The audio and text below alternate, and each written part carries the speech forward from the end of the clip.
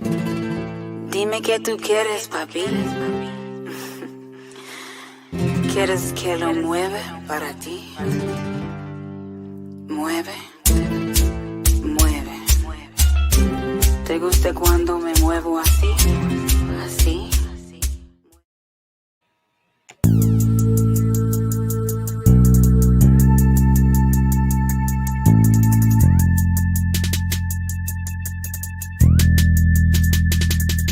Thank you, God, for this day we have lived, everything in our life, our health, our family, the guidance you have given us, allow us guidance to the path of righteousness. Amen. Really, I'ma get that bitch. Revenge is a dish best served cold. She took my son, now my soul is cold. He took my daddy, now my soul is old.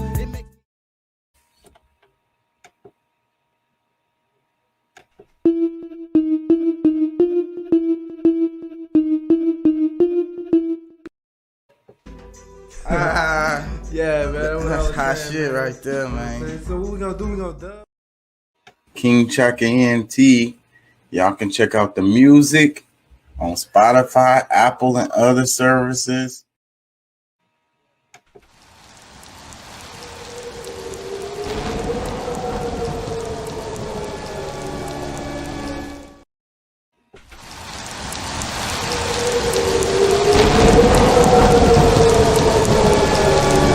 Doing what we do 3 to 4 nights a week. King Chaka ENT.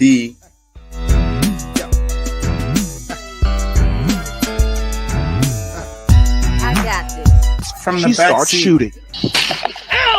That dude was like, ow. What was that? Outside the car, That nigga deputies' got body popped. cameras capturing the bullets flying through the air. We got shots fired couldn't up have been here. a straight We shot. need It had backup to be- immediately. Start Are you- EMS. Start EMS. What We got the a fuck? civilian.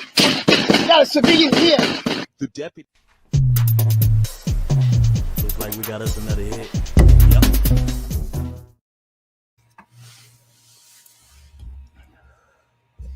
Hey, how y'all doing out there? How y'all feel? Remember, an educated public cannot be controlled. Learn to be active. The views and events expressed here are totally whack and are not necessarily the views of anyone.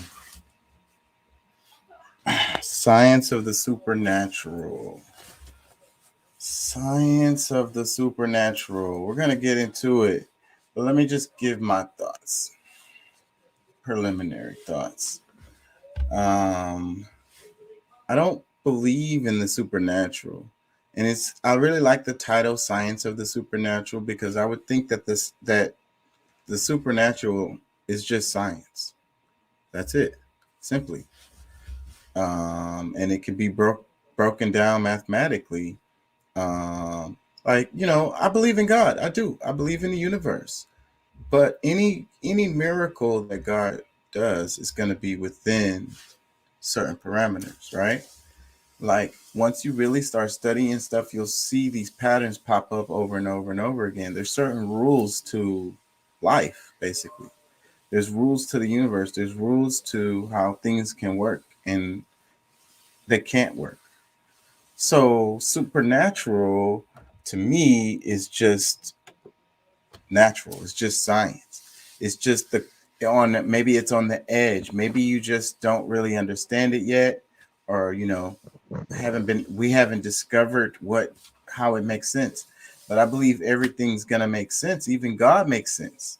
It all makes sense. Now there are things out there that we won't ever, I don't think, be able to comprehend just because of our limited perspective or our limited senses or our position that we are in the world.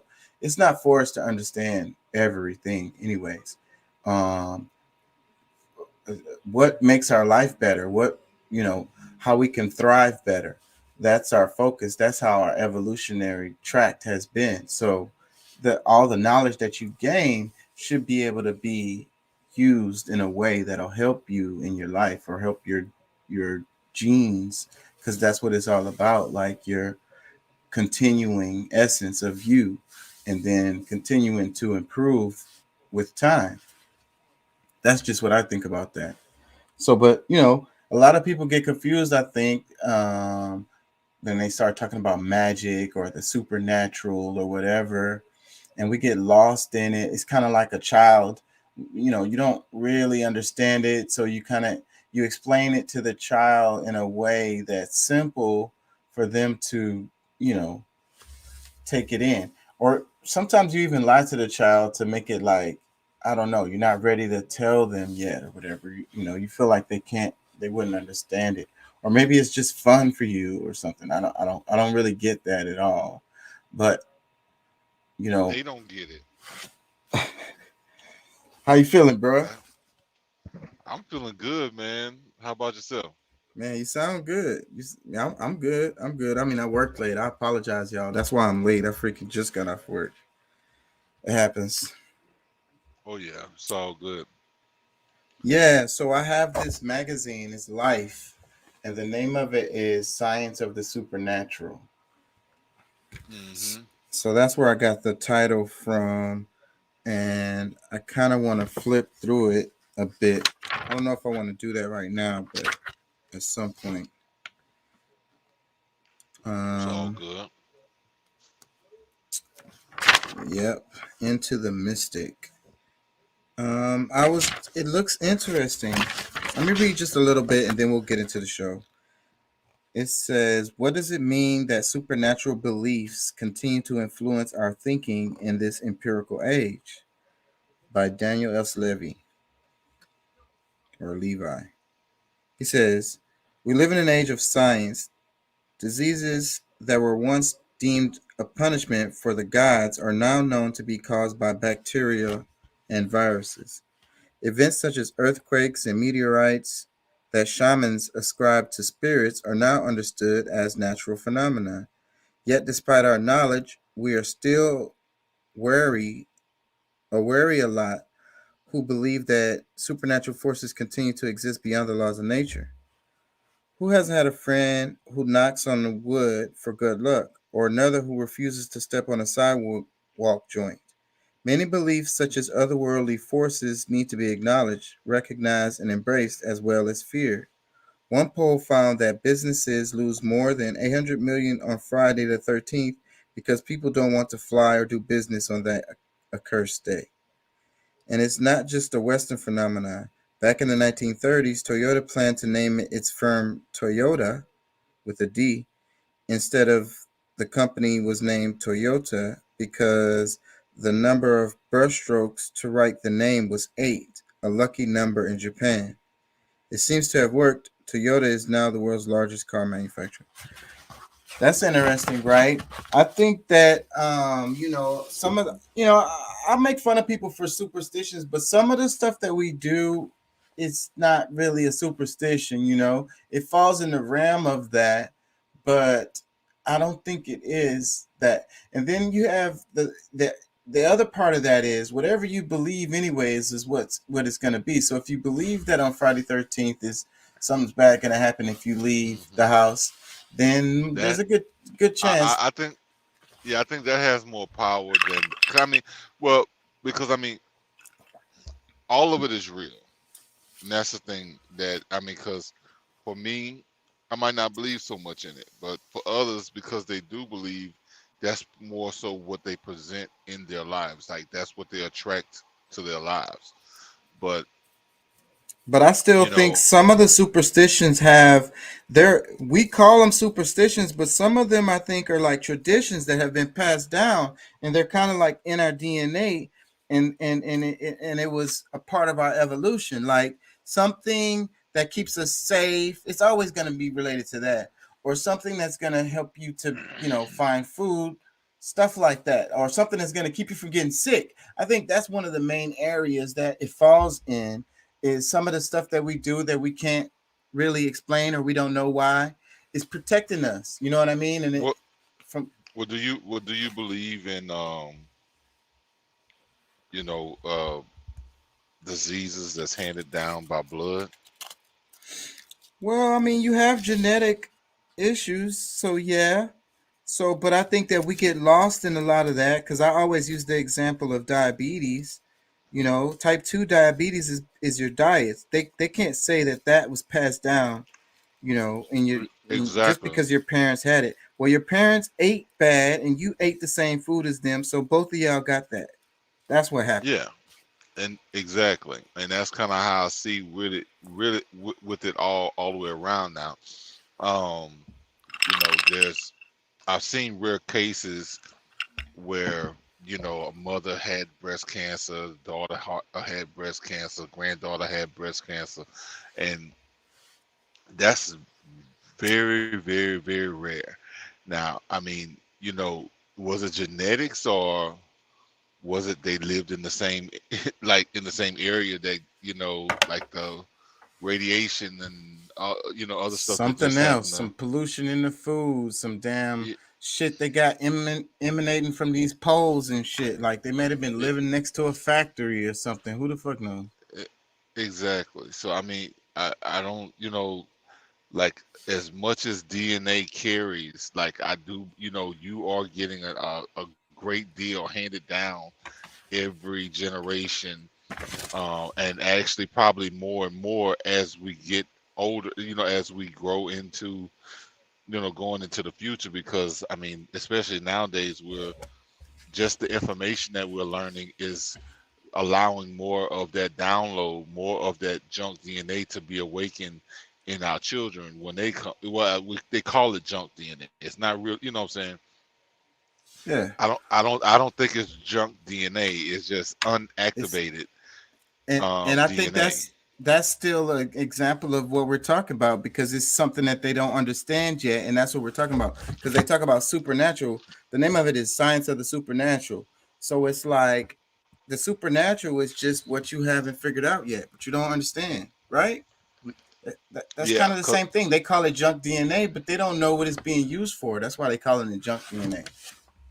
Well, I mean, it was stuff that was turned off on us because, you know, I mean, you got to think about some of the stuff that, some of, if you really think about it, some of us, regardless of race, I mean, went through some form of slavery, and they were denied their full um, capabilities. Like they were limited on things they could do. So I mean, things that were in the generations two or three or however many before, maybe knew how to levitate. Maybe All they kinds of knew. stuff. And being that it's still sitting there, I feel like if you could go through the process to activate it, you could use it. Yeah, and even to telepathy or something. You know what I'm saying? Like all these different things that communication or just expressions, different ways of expression was limited through some act, something that happened over time, I and think it's there. I think it's still there, but we just haven't figured out how to actually activate it. And maybe there's energies within the universe that has to be active as well. Like I mean, there's things that is out in our atmosphere that we haven't seen for 25,000 years, and there are 20,000 years, 5,000 years that is coming back around that's more active. Why does this end up being more of an information age? Because it's not just now. I mean, you got to think the Aquarian age has passed many times before. You know what I'm saying? So the Aquarian age is something about it, and it within the atmosphere, the energies, the alignments that with different planets and stars yeah. is. And when you say I, Aquarius, I think water, and I think how much we're made of water. hmm But I mean, earlier you it. said, hold on, I want Go to ahead. say this before I forget. The telepathy thing, I think that we actually do that specific thing. I think we do have that, and we actually use it, but we're not really aware that we're using it. Like I really feel like all the minds on the earth are connected. Like seriously, like how the hell when someone's looking at you from behind, do you know someone's looking at you? You just turn around and look at them. Like there's no real explanation for that. Yeah. Well, you know what? I kind of felt like, you know, because you sent a text message just to say you were still at work or whatever. I told you to call, but you know, I got, for whatever reason, I end up getting up like 5-10 minutes before you sent the message saying you was going live. So maybe there was something that I knew or felt. Okay, yeah, like it was almost time for the show or whatever. You know what I'm Yeah, saying? Like exactly. I believe stuff like that happens as well. You know what I'm saying? So Yeah, so it's that's why I think the telepathy is actually a real thing. We just don't see it for what it is, or we don't recognize it for what it is. Just like what we're saying. Like I think that's the case with a lot of this stuff. We use this stuff and do this stuff, some of these things, and we're just not aware of it. It's kind of like, when you look at the other insects or animals or plants or whatever, like they do really cool stuff too. And they probably are in the same boat as far as not really aware of what they're doing. You know what I mean? As far yeah, as what they're using and how it works, it's magic to them too. to the insects. Yeah. Well, I mean, I think they're more advanced, or maybe that they, uh, they're, because I believe their connection to nature, it becomes where it's a natural, it's just a natural thing with them. Like And they I naturally don't do think like they're, magic, or what somebody might think w- of as kind of yeah. I mean, supernatural. well, we would, because see, I mean, we overthink things. I think Yeah. they just are. They, you know what I'm saying? Like in the insect worlds, the plant world, like these different things. Like, I mean, they're not sitting there. Oh yeah, me blooming this flower was magic. You know what I'm saying? Like, no, I mean, it just is what it is, and we might look at it like, oh my God, I can't believe this thing happened, and it's just like, it's just a part of nature. That's just what happened. It just is what it is. But Let me read a little bit more and we're going to get into it. And I'm going to come back to this later. It says, no matter how much we know, there is still much we don't understand, and that can be unsettling. And as mortals, we cannot apprehend what occurs when we pass from the corporal to the ethereal world. According to the Pew Research Center, 90% of Americans believe in some form of higher power, 73% believe in heaven, and 62 believe in a percent in hell. Yet, while the faithful hold religious certitude, none of us can fathom the mind of God or whatever powerful being or beings hold dominion over the universe. Because we do not know what is to come for us for millennia, we have developed lore and ideas to explain what we cannot know, to, to glean useful knowledge from those who have passed to the other side. Seances become the rage in the 19th and early 20th century America. It didn't matter that many of those leading the seances were proven hucksters. People still accepted that it was possible to communicate with the beyond, to reach loved ones who could send messages, advice, and warnings from the depths of death. 40% of Americans believe in ghosts, and 22% say they have contacted a psychic or a medium. So that's kind of a thing. Like they have the TV shows still where these people do this thing. So, and it's like you see it in the movies where they say every time they're like ripping the people off or whatever, like they don't really know anything. But what do you think about that? Like um, it's probably just because they want to believe and they're willing to pay the money to these people to kind of like, tell them what they want to hear basically.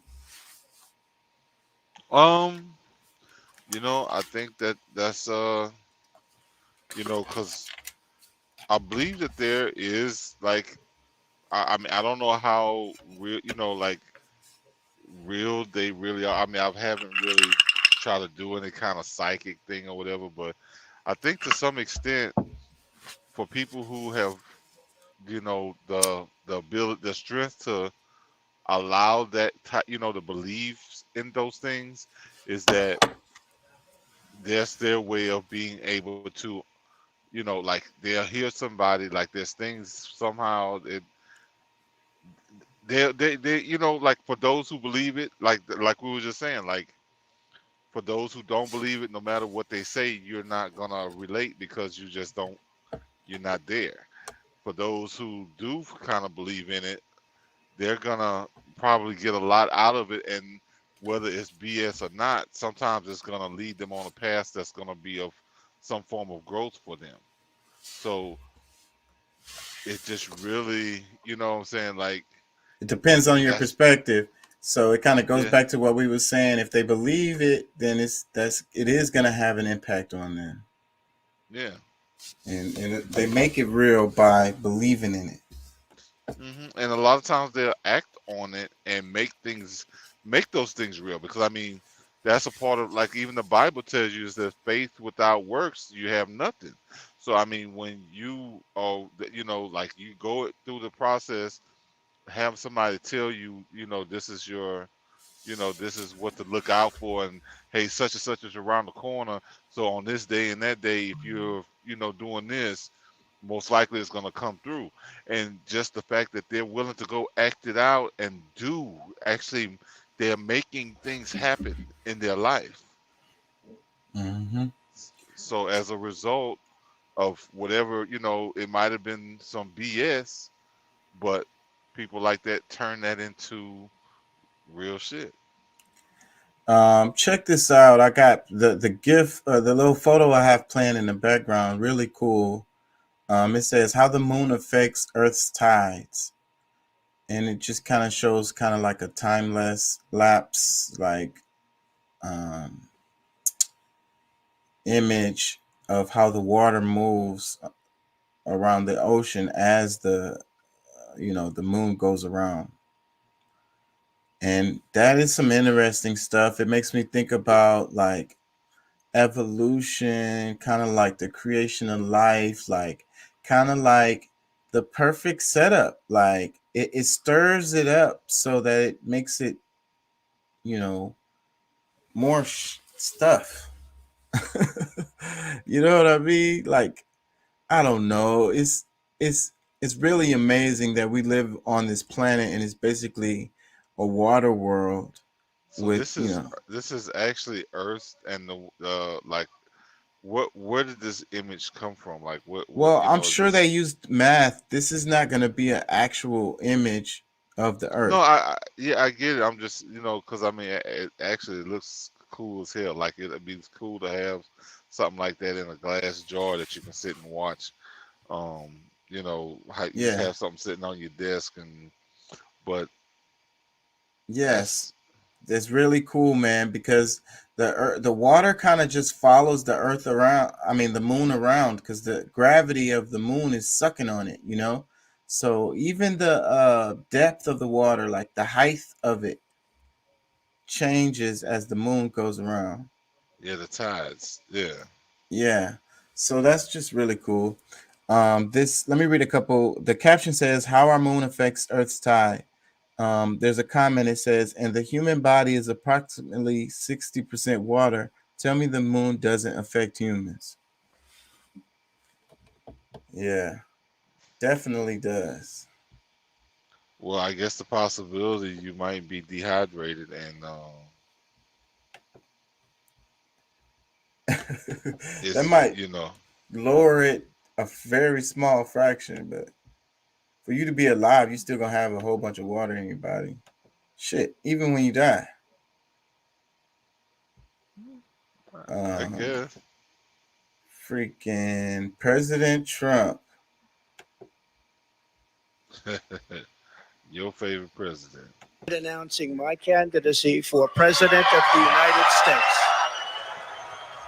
He's To make pissed. America great and glorious again, I am tonight announcing my candidacy for President of the United States.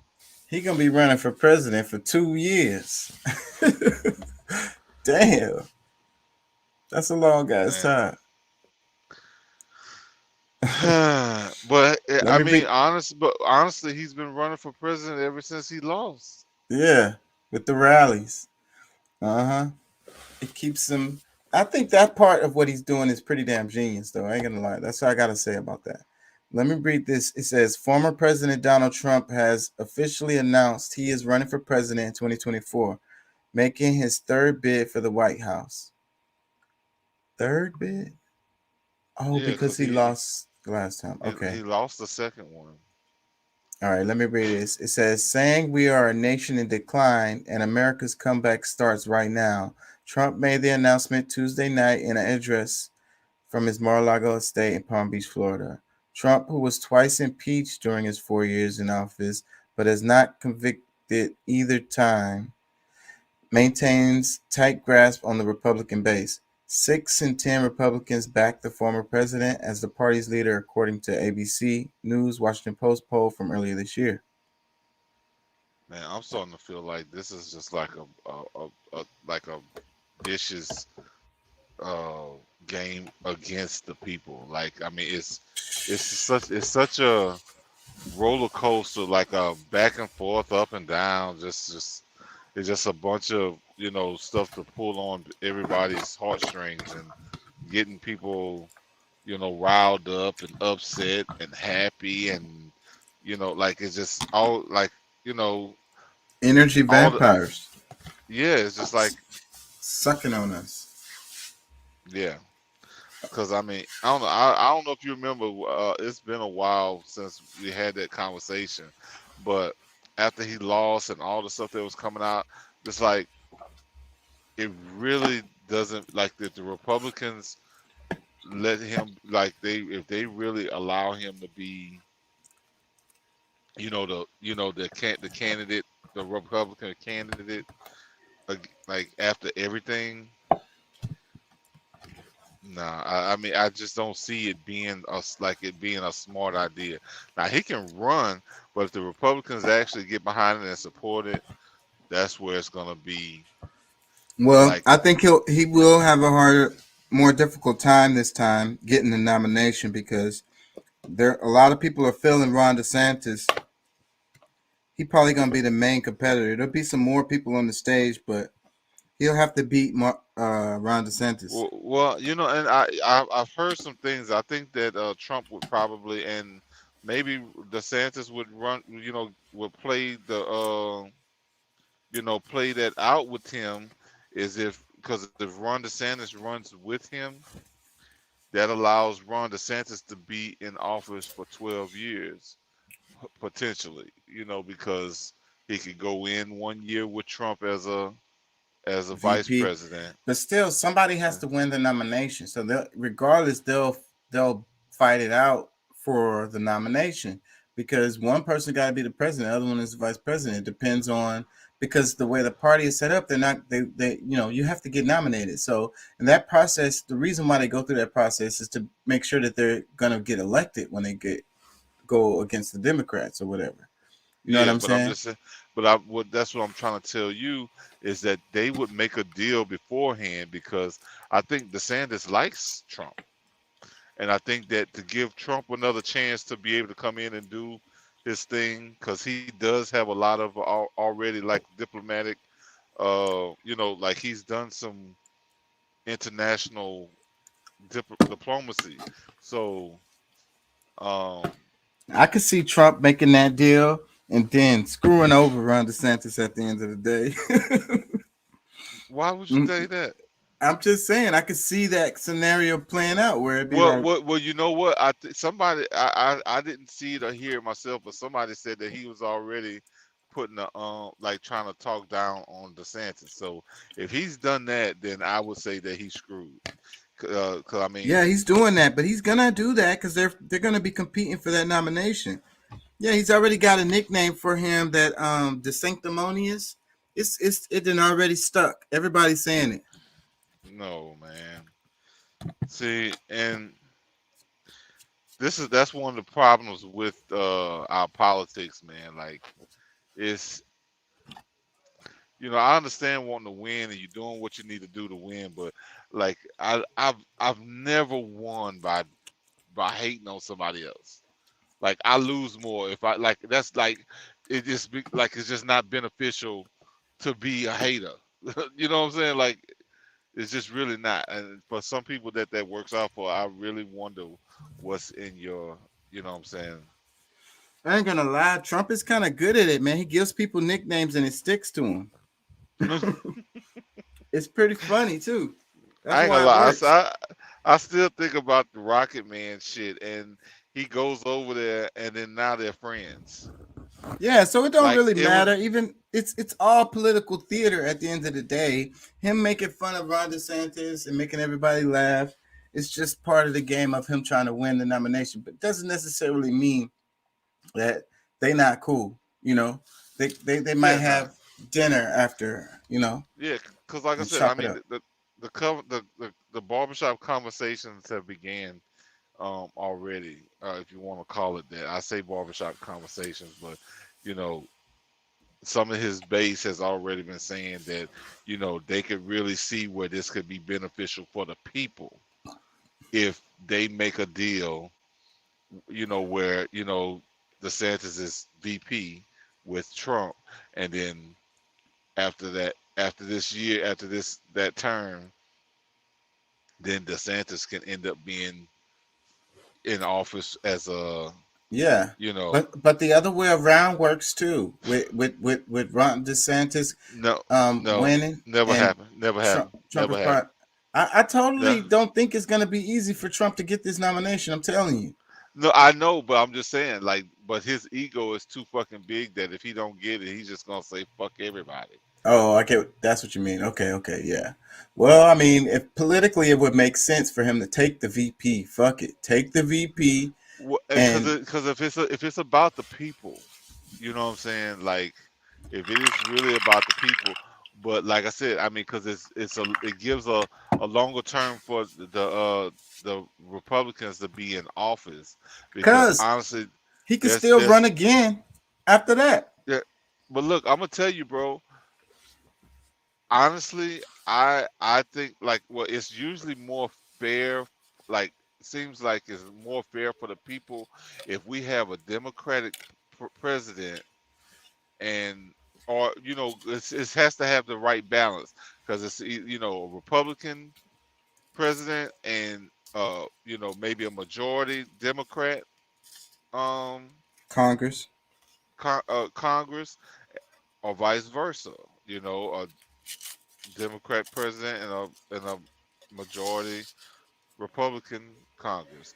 And it's like, I think we have more balance when it's like that. But when you see how things, like, I mean, we just had a good example of a lot of stuff that's actually happened recently, um, with, like, they didn't really, like, the Democrats really did not know what to do with all that power.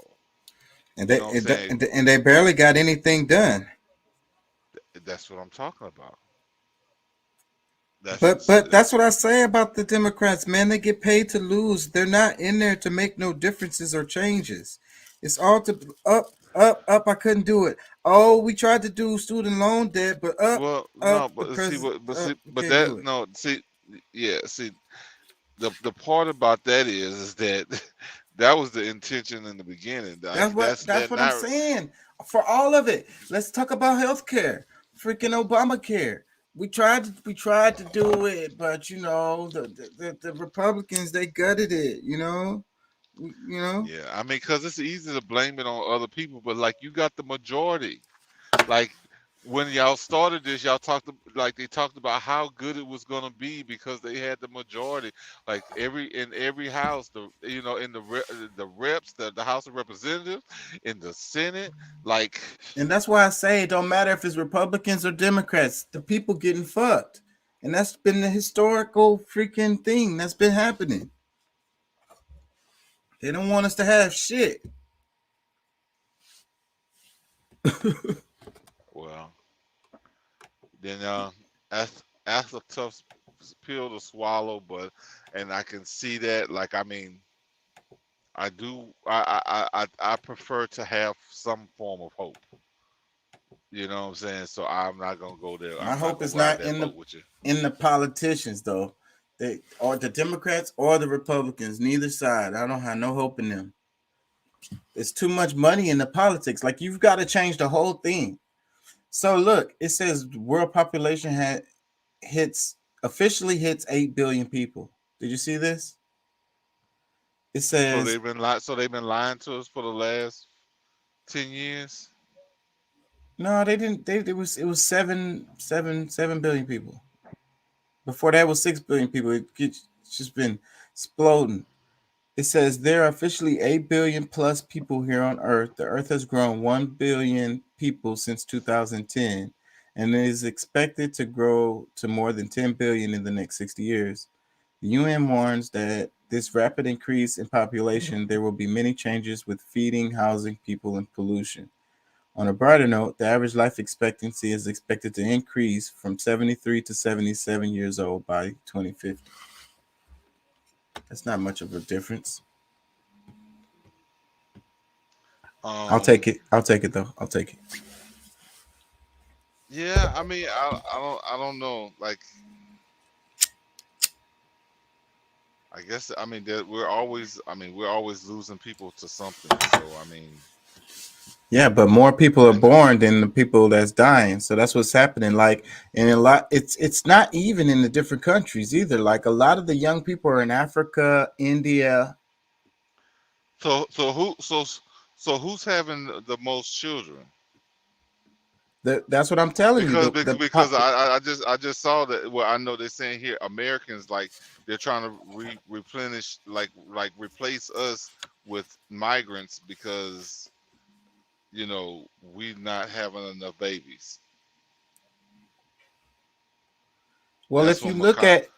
if you look across the world, you'll see that the more like, let's say, stable a country is or more developed it becomes, the more the population tends to level off. It tends to stop growing and pretty much becoming stagnant. Like, and then there's population, there's countries in the world that these populations are even decreasing. Like in Japan, it ain't nothing but old people. And you got other places where here in the United States we aren't really growing. You I know, know that's what I was just saying, because that's what yeah. So it's McConnell was not just about saying. it's not necessarily about, it's how it's related to how many people die versus how many people are born type shit, you know. And mostly it's always these growing countries, that are the ones. What I mean by growing countries is like, they're developing, they're becoming more, they have more access to clean water, more access to clean Well, food, more access to safe housing, and then therefore they don't die, and that's what well, I mean, happens. and I think that because of the knowledge that we have, and like us not wanting to like have children that's suffering, we like, especially like our country has so many ups and downs to where people just really like, I like in the last 10 years, like I don't know how many people I've met that's just like they don't want any children. And why, like, is it part of what's they're reading in the Bible? Because like it's almost in the Bible. There's a part where they're saying, okay, they say one part, uh, be fruitful and multiply, but then at the same time, there's like these, like, you're out, saying these people are still out here having children and this, that, and the other. So it's like confusing, and I can understand that to some extent. But So we're talking people about used to have. we're talking about the overall population of the earth. I know I'm getting to that, but I'm saying it's Okay, not. I mean, but we're part of that, right? right. Okay, yeah.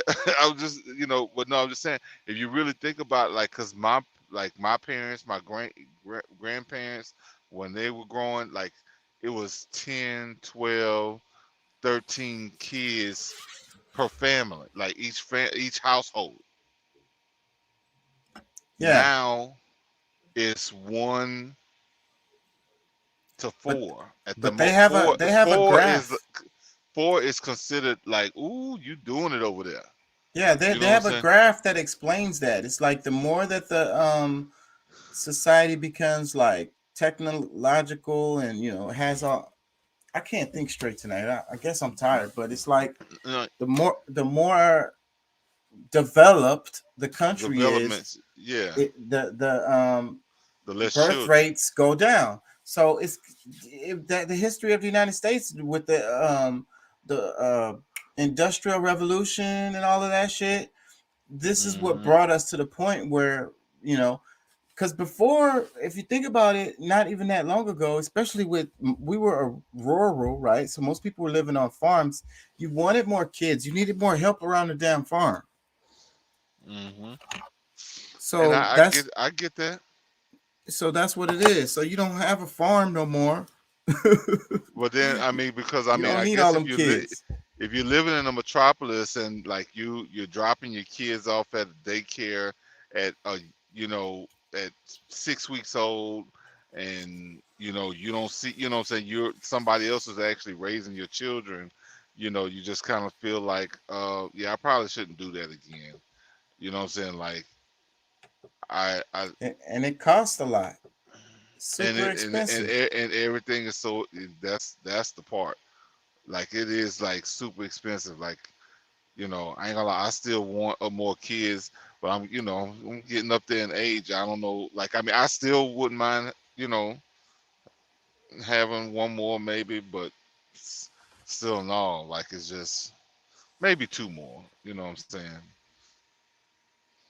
But either way, you know, because I mean, actually, I'd rather see some twins, but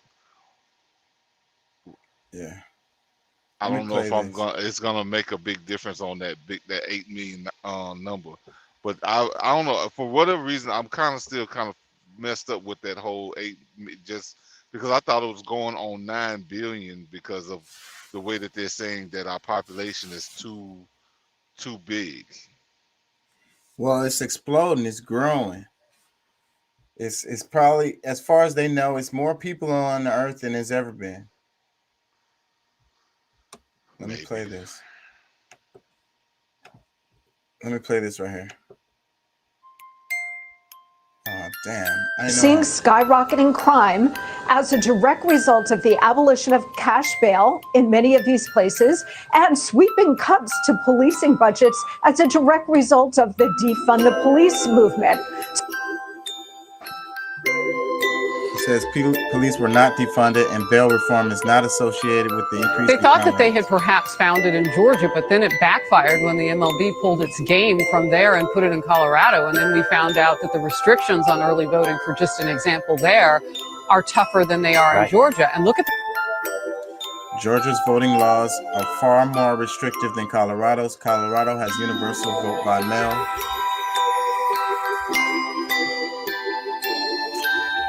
They fucking. I need to calm down. The music is bothering me. I didn't get to check that clip before. Yeah. I was doing this quickly because I was at work.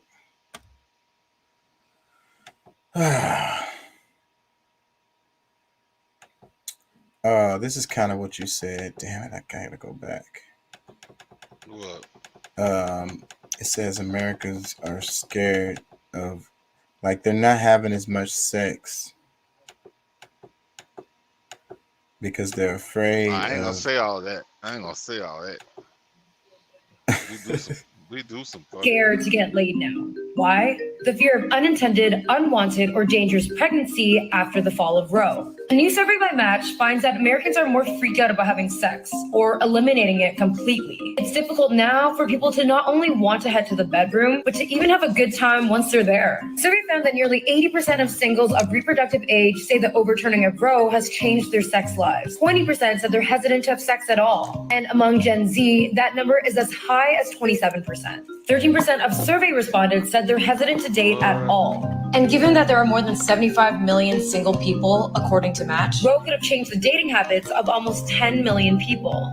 Doctors and patients also reported a rising interest in more permanent forms of birth control. A doctor in Wisconsin told Vice News that in the last 7 years, she had tied the tubes of just one patient who wanted the procedure. In the 2 months after the Roe decision, the doctor performed tubal ligations on 4 patients who just simply didn't want to have kids. Therapists are also seeing how the fall of Roe is killing pleasure. Almost every sex therapist told Vice News that their clients felt that the decision ripped away control of their bodies, can lead to problems getting aroused. Eroticism is less reachable when there's a sense of fear, Madeline Esposito Smith, a therapist out of Wisconsin, told Vice News. For many, she says, sex now means having harrowing thoughts of becoming pregnant with a less than ideal partner, or even in some cases, death. What do you think?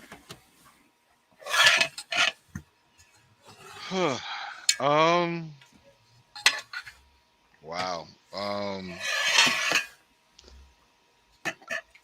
I didn't know people were really afraid of sex, but I mean, this just goes into that. I mean, Americans are not really as crazy as they think. I mean, I think that they have used that whole Roe, as a crutch, that they can use if somebody, if they get pregnant. Oh yeah, I'll just get it sucked out, no big deal. You know what I'm saying? But with the idea, just based on one of the comment that she's saying, it's like, they're afraid, like totally, like they're afraid to have sex just because they might get pregnant and then they might not be able to get rid of it. It's just like, wow, but at least they're being smart about it. I mean, that was one of my things. I guess you say that you just have to be more responsible about what you're doing, but it is what it is. Damn it, I can't think of his name. I'm trying to think of this dude's name that's talking on the screen.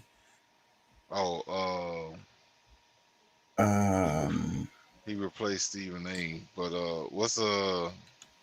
why can't I think of his name? Anyways, he said some comments at first about Kyrie, and then he kind of came back. I don't know if you've seen this clip, but this one is going viral because he was like, here, let me play. Behind Kyrie and Kanye. Let me tell you why some of the black people are rallying behind Kyrie and Kanye. It says that because when blacks have a misstep, it seems like we suffer the harshest penalties. It seems like other groups offend blacks, and they never suffer the penalty that Kyrie and Kanye have suffered. It seems like to us, a lot of us, not all, some of us, a large portion of us, is that black are bound by shackles. We're held more accountable for our actions and our words, where our counterparts are with cobwebs. They're easily brushed aside. Shannon, he apologized. Why can't we get the same benefit of the doubt? yeah, Why Shannon can't Sharp. we get the same benefit of the doubt, which is funny?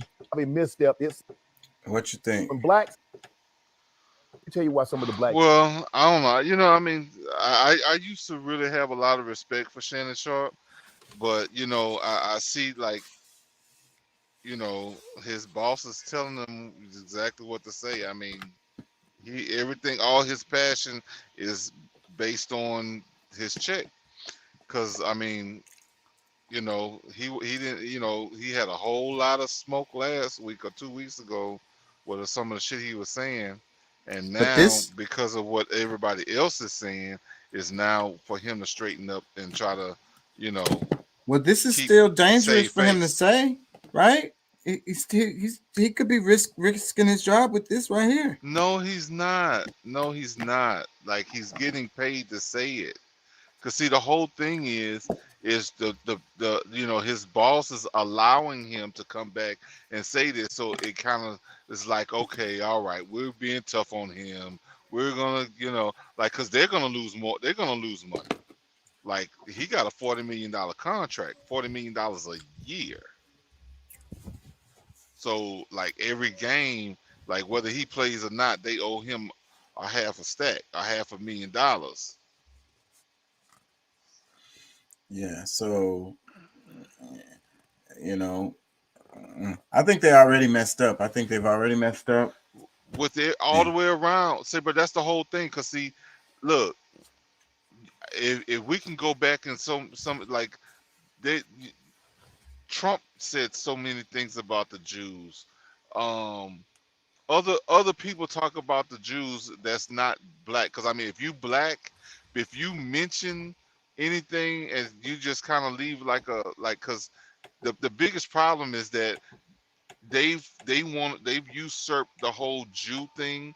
They don't want to share the Jew thing with anybody else because like, I don't know what specific group of black people are You know, like I haven't taken on the fact that, you know, like I'm a Jew or I'm a Hebrew, I'm a this or that, because there were other, because I mean, there were other people around that was not it. And I'm like, but however, black people were Jews first and probably are still a part History of of that America bloodline. So like my problem is that, you know, if they, you know, because they have stolen our identities all around the world, whether it's you know, the Arabs, the, you know, the Jews, uh, the just, I mean, the fact of being, you know, the whiteness, like, I mean, believe it or not, like all of that stuff has been stolen from us. And a lot of people don't understand. People really think that whiteness has something to do with your skin color. It doesn't. But you know, you just got to learn. You got to read and understand more. But however, they've stolen our identities in so many different places around the world, to where, like, if a black person says something about a Jew and like them potentially being one, now they try to use, like, they immediately do that anti-Semitism stuff against somebody who's a Semite. It's, you know, they got everybody's mind taken, and they believe one way. So, and the people that they paying can get on TV. They never, like, we never know who's really upset, but they got all of their minions out here saying this, that, and the third. And like now they got them out there apologizing for them and really in a, you know, just kind of be like, all right, you know, if some of these people that was talking shit before, because Stephen A. Smith is doing the same shit, Shannon Sharp is doing the same thing, like all of them coming back around and kind of like, oh, y'all being too tough on him, y'all asking him to do, no, the dude said he ain't doing it. That's why y'all try, you know what I'm saying? If he would have kissed the ass like y'all do and came on back, you know, if he would have hurried up and kissed y'all everybody's butt and kneeling and kissing the ring and all that kind of shit, like, it'd have been like, yeah, you know, nigga, get your, you know what I'm saying? Like, that's what the real problem is Kyrie like, wait a minute, look, man, look, I'm a man still.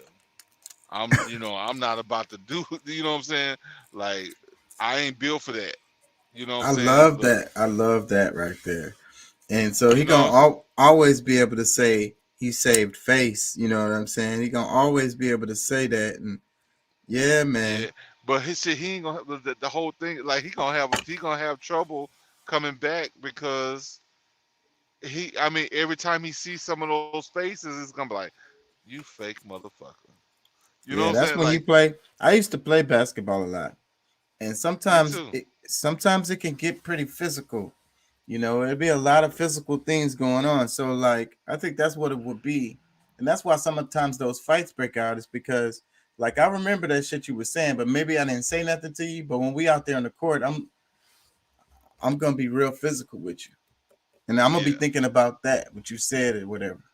You know what I'm yeah, saying?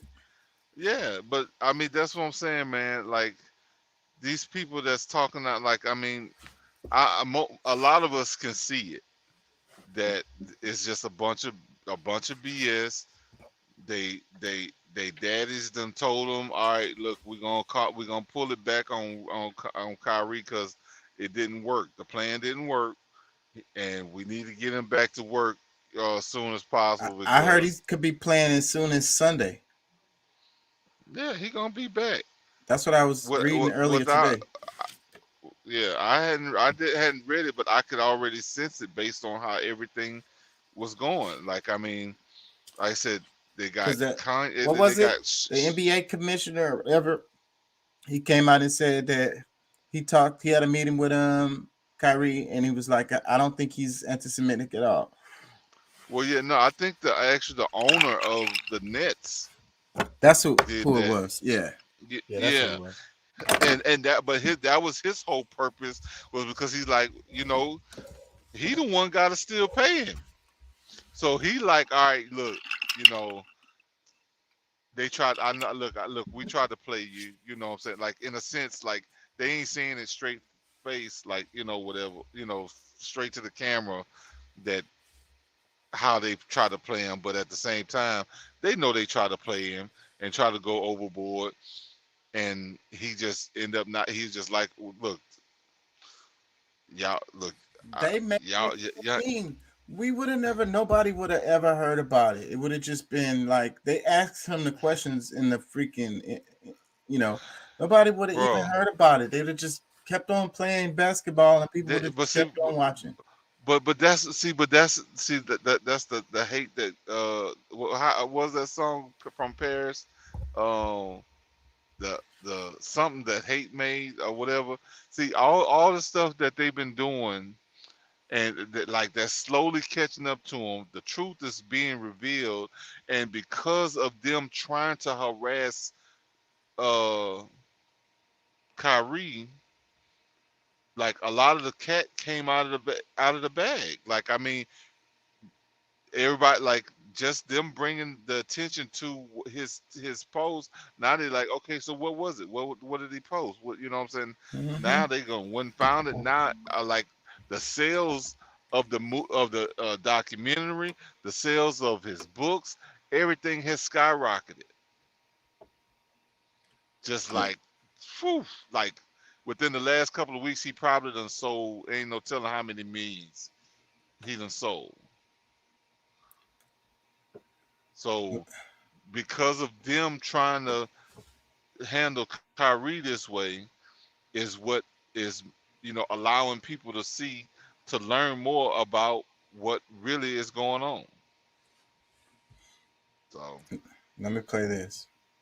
Above a slave, or other Europeans who weren't technically indentured servants, but they were still peasants, didn't have any money, didn't have any land, and they could do the math. They added it up, and they were like, damn, we got to figure out a way to split these folks apart from one another, or they're going to rise up and take our stuff. History of America is the history of rich white men telling not rich white people that their enemies are black and brown. It starts in the colonies. So remember, during the colonial period, mid-1600s, there was no such thing as white people. Europeans didn't call themselves white. We didn't call ourselves white. We weren't all members of one big happy family. Are you kidding? Have you studied the history of Europe? English hated the Irish, right? Northern Italians didn't even think that Southern Italians were Italians. The Germans hated everybody, and everybody hated their ass right back. There was no team called white, no race called white, but all of a sudden, in the middle of the 1600s, there was. Why? Colonial elite looked around and they realized something, that they were heavily outnumbered by African enslaved folks, by European indentured servants who were just one level above a slave, or other Europeans who weren't technically indentured servants, but they were still peasants, didn't have any money, didn't have any land, and they could do the math. They added it up, and they were like, damn, we got to figure out a way to split these folks apart from one another, or they're going to rise up and take our stuff. History of America. What do you think about that? Well, I guess that's kind of leads right into what I was saying earlier about the whole white thing. I mean, white existed. It's just that they didn't call people white because of their skin color. You know what I'm saying? It was a caste system, just like in many countries around the world. It's a caste system that, really is based on the cloth, and, based on what, if you was at a high priest or the high ranking officials, you were white, and it didn't matter how dark or how light your skin was. I mean, even in Europe, because I mean, this is a worldwide thing. This was something that's happened in Egypt, and like all around the world. This is an ancient principle to be able to separate people by class. So, but like in Rome, I guess it was in the 1500s. That's when they decided that they were gonna try to make black people a permanent underclass, and then they were pretty much. That's when they started making the white Jesus. That's when they start doing all these different things to try to rob black people of their, of their lineage or their, history. So I mean, that's pretty much it. But he's pretty much right. I mean, we were nationalists pretty much worldwide. I mean, We was whatever country we were from, dark skin, light skin, in the middle. It didn't matter. If you were from France, you were French. If you were from England, you were English. If you were from Ireland, you were Irish. That's just all it was. You're from America, you were American. That's how we were, represented each other, ourselves. So Let's talk about the FTX cryptocurrency deal. What do you think about that? man, it's all to like say, bro. It's a scam. Like they've been working. I know they've been trying to work on this for the longest, but like this is a way to keep the people from having a decentralized form of currency. Like if we have a decentralized form of currency, they can't charge us on taxes. If they don't have control over it, and if it's not something that they're distributing, if this is something that we can create on our own and trade within with each other, like we control the world, and that's the last thing that they're gonna allow to just happen. They want to have control. They want the global community to have the few to tell us all what we can do and what we can't do. But if we, can, trade amongst each other with our own, a currency that we have chosen to use with each other, and they have no power over it, like they lose. So yeah, they did whatever they could, and I still want to understand how, because that's like the blockchain is supposed to be unbeatable. Like they can, like that's the thing. Like there's so many traces, so many ways to trace it back. Like they can know who it is. It's just a matter if they're gonna be honest enough, because they most likely took part in it. Well, I feel like it was a scam from the jump. And taxes aren't necessarily a bad thing, right? Don't we I need don't taxes? no. I don't think taxes are really a bad thing. But I think that if you're, because taxes is not, and I don't think that, because look like this, Texas doesn't have income taxes. Just because you got paid, they shouldn't have to necessarily get paid to be prosperous, because there's other ways that they're gonna tax. There's what I'm saying. So just when you first get your money, they're gonna tax you. When you go spend your money, they're gonna tax you. When, like, what I'm saying, like they're robbing us to some extent. So like I think there the has to focus be. I think the focus needs to be on what the money is spent on. You know what I'm saying? Because the Yeah. taxes needs to be paid in a lot of cases, and I do feel like we're overtaxed and getting ripped off. Now, don't get me wrong, we're getting ran up in, but I'm saying, I don't want to give the impression that I feel like taxes are necessarily bad. No. And if Well, we no, just I if mean, everybody dodged the taxes with like Bitcoin or something, then how the hell is the society's gonna run? How is the function? How's it gonna function? I think that I think it would still function just very well, because like it puts more power back in the people's hands, because we're the ones who do it in the first place. And you see how many billions of dollars get mismanaged through the government? Yeah, but who's gonna build the people? We're gonna work together and build freeways and streets and shit, Yeah, or whatever. yeah. I don't I think mean, that's we realistic. still well, I mean, okay, I mean that's fine. I mean, that's the thing. Like there were roads before the governments took over, and was like the like it might not have been interstates before that, but like we're at a point in life where, I think that we need to be able to get some of our power back. We've given away too much power to them to where they can, control every dollar that comes in, and they can rob us. They can do whatever they want. They can say that, oh, they're trying to do this and they're trying to do that. But if we saying, hey, this is what we're doing, all right, this is a fund, it's gonna cost how much? All right, we got X amount that pays, we pay into, or let's just say we just do it on our local government. We take care of where we are at home, because But the problem is with using the crypto for this, vision that you're having, is that I'm seeing it that it's a rip. So I'm like, I'm not saying that all crypto is a rip, because I don't know that. But this FTX is clearly came out to be, it was a scam from Jump Street.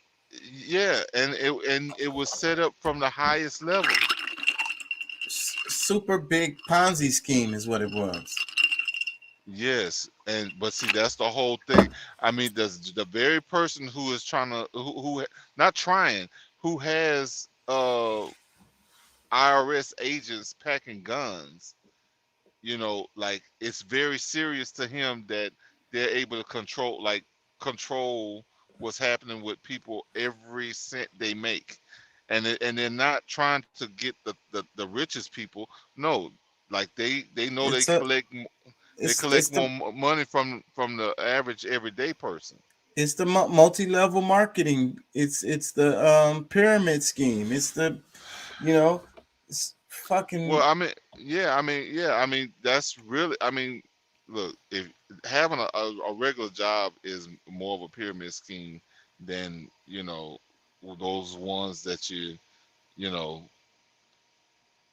opt in for, that is a pyramid scheme. But I mean, the pyramid goes president, vice president, the Senate. Yeah, but in the multi-level marketing with the pyramid schemes, you make your money from you're buying your stuff from the person that's above you, and you're selling it to the people that's below you, and that's how you make your money. So that's not the same as in a company that you work for. And I get the idea of the pyramid where the damn CEO and CFO up here making all the damn money, and the people at the bottom really doing all the damn work. So it's like a reverse. Well, I mean, we can go into that, because I mean, they don't have to have, because see, they've made it to where they don't have to buy it from you. They've controlled the whole process of the buying from every level. They just got you working the middle without having really any investment where you can make a portion of it where you are. They do sell that to you, because a lot of salary.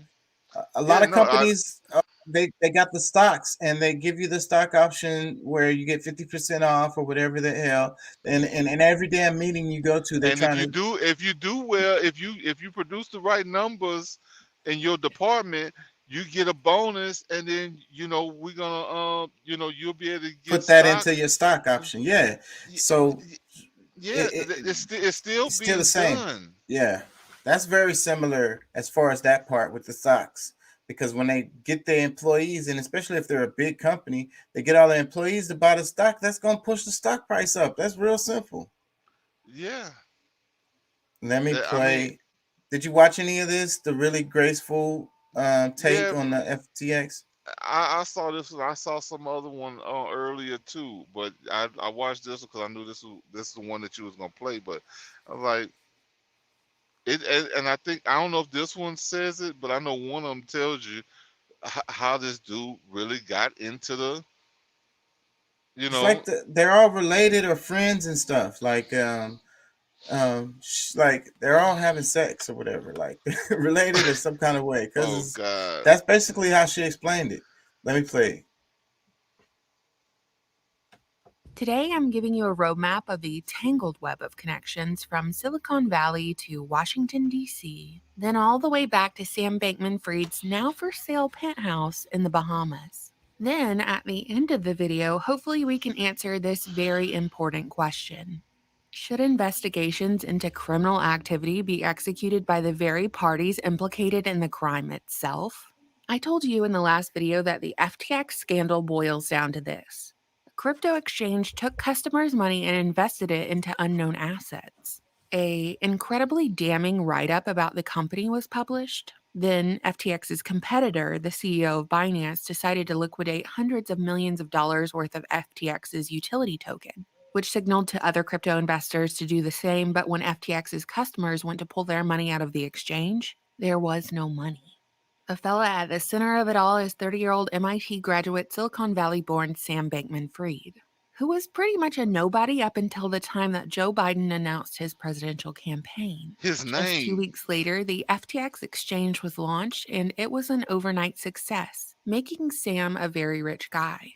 Sam's father, Joseph, a tax law professor at Stanford, helped Sam raise money from investors to get FTX off the ground. Some of the investors include BlackRock, Sequoia, SoftBank, and Tiger Global. After FTX No became an shit. overnight success, Sam became the second biggest donor to Biden's 2020 campaign. Pause. he became the second biggest donor to Biden's campaign. Yeah, just out of the blue. Before- Like he Just random ass person just got rich yesterday. But listen to his name. Like his name, just what Beckman, Sam Beckman-Fried. Like I don't know, like how many people are like got hyphens in their name? The dudes got hyphens in their name. Yeah, I don't know where he's from. I ain't gonna lie. It screams immigrant to me at the very least. helping Sam with the financials, his dad was working on a new IRS tax filing system. Apparently, Pops is pretty well connected because back in 2016, Joseph drafted tax legislation for the outspokenly anti-cryptocurrency Senator Elizabeth Warren. And curiously, in response to the FTX collapse within the last few days, Warren has called for regulation of the industry.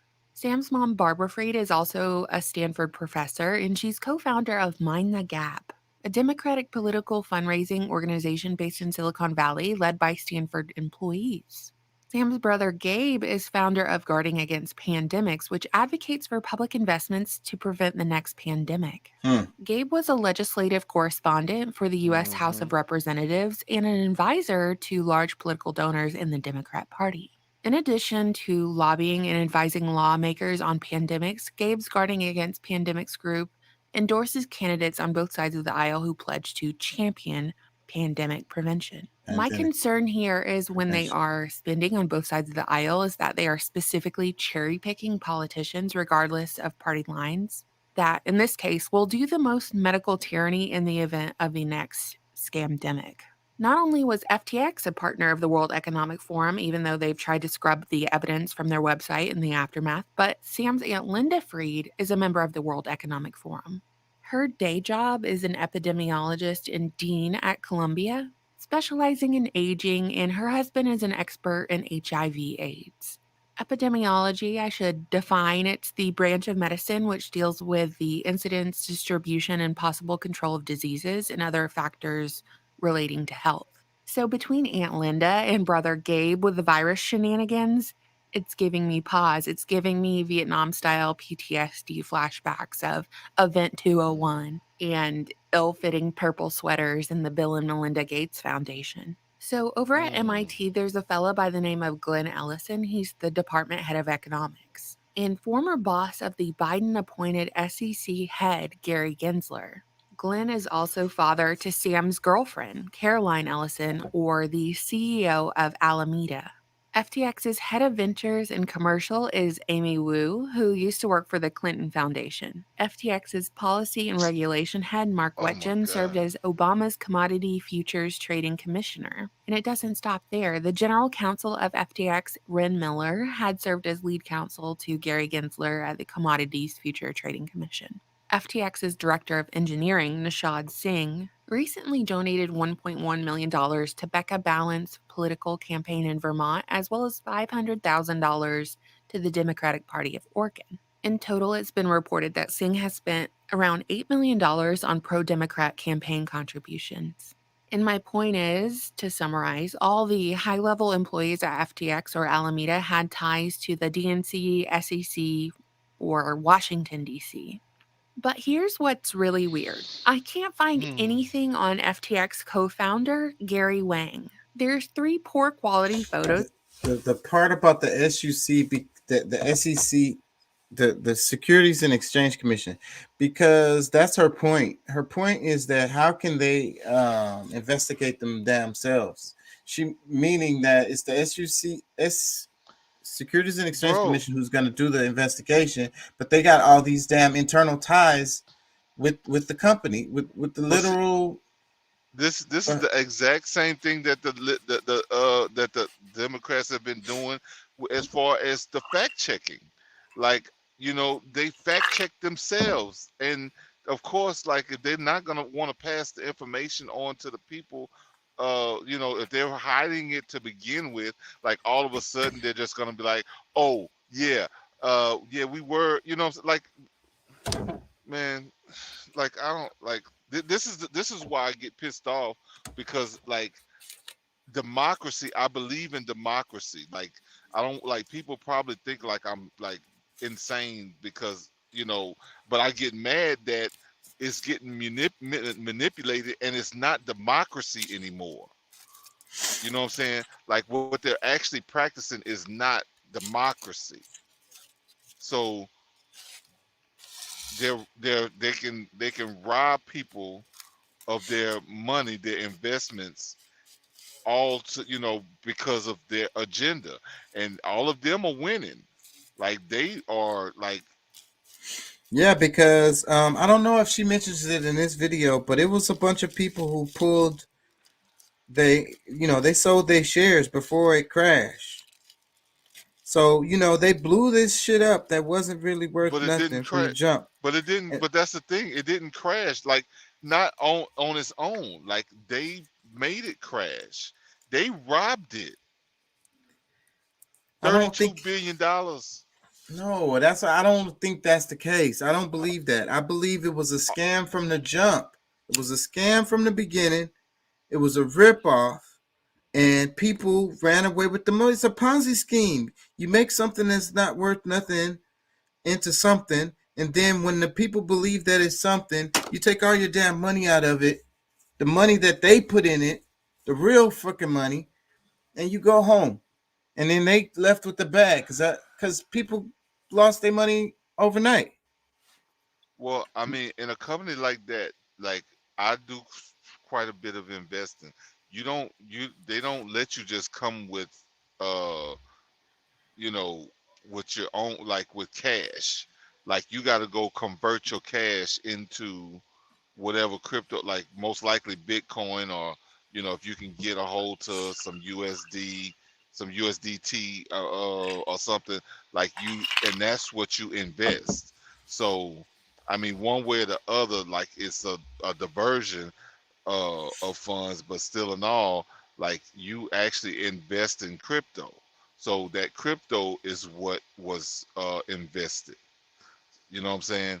So regardless of what you're saying, like, the real money, this or that or whatever, you know, whatever you want to call real money, because all of it, as far as I'm concerned, is just currency. It's not like, money is silver and gold.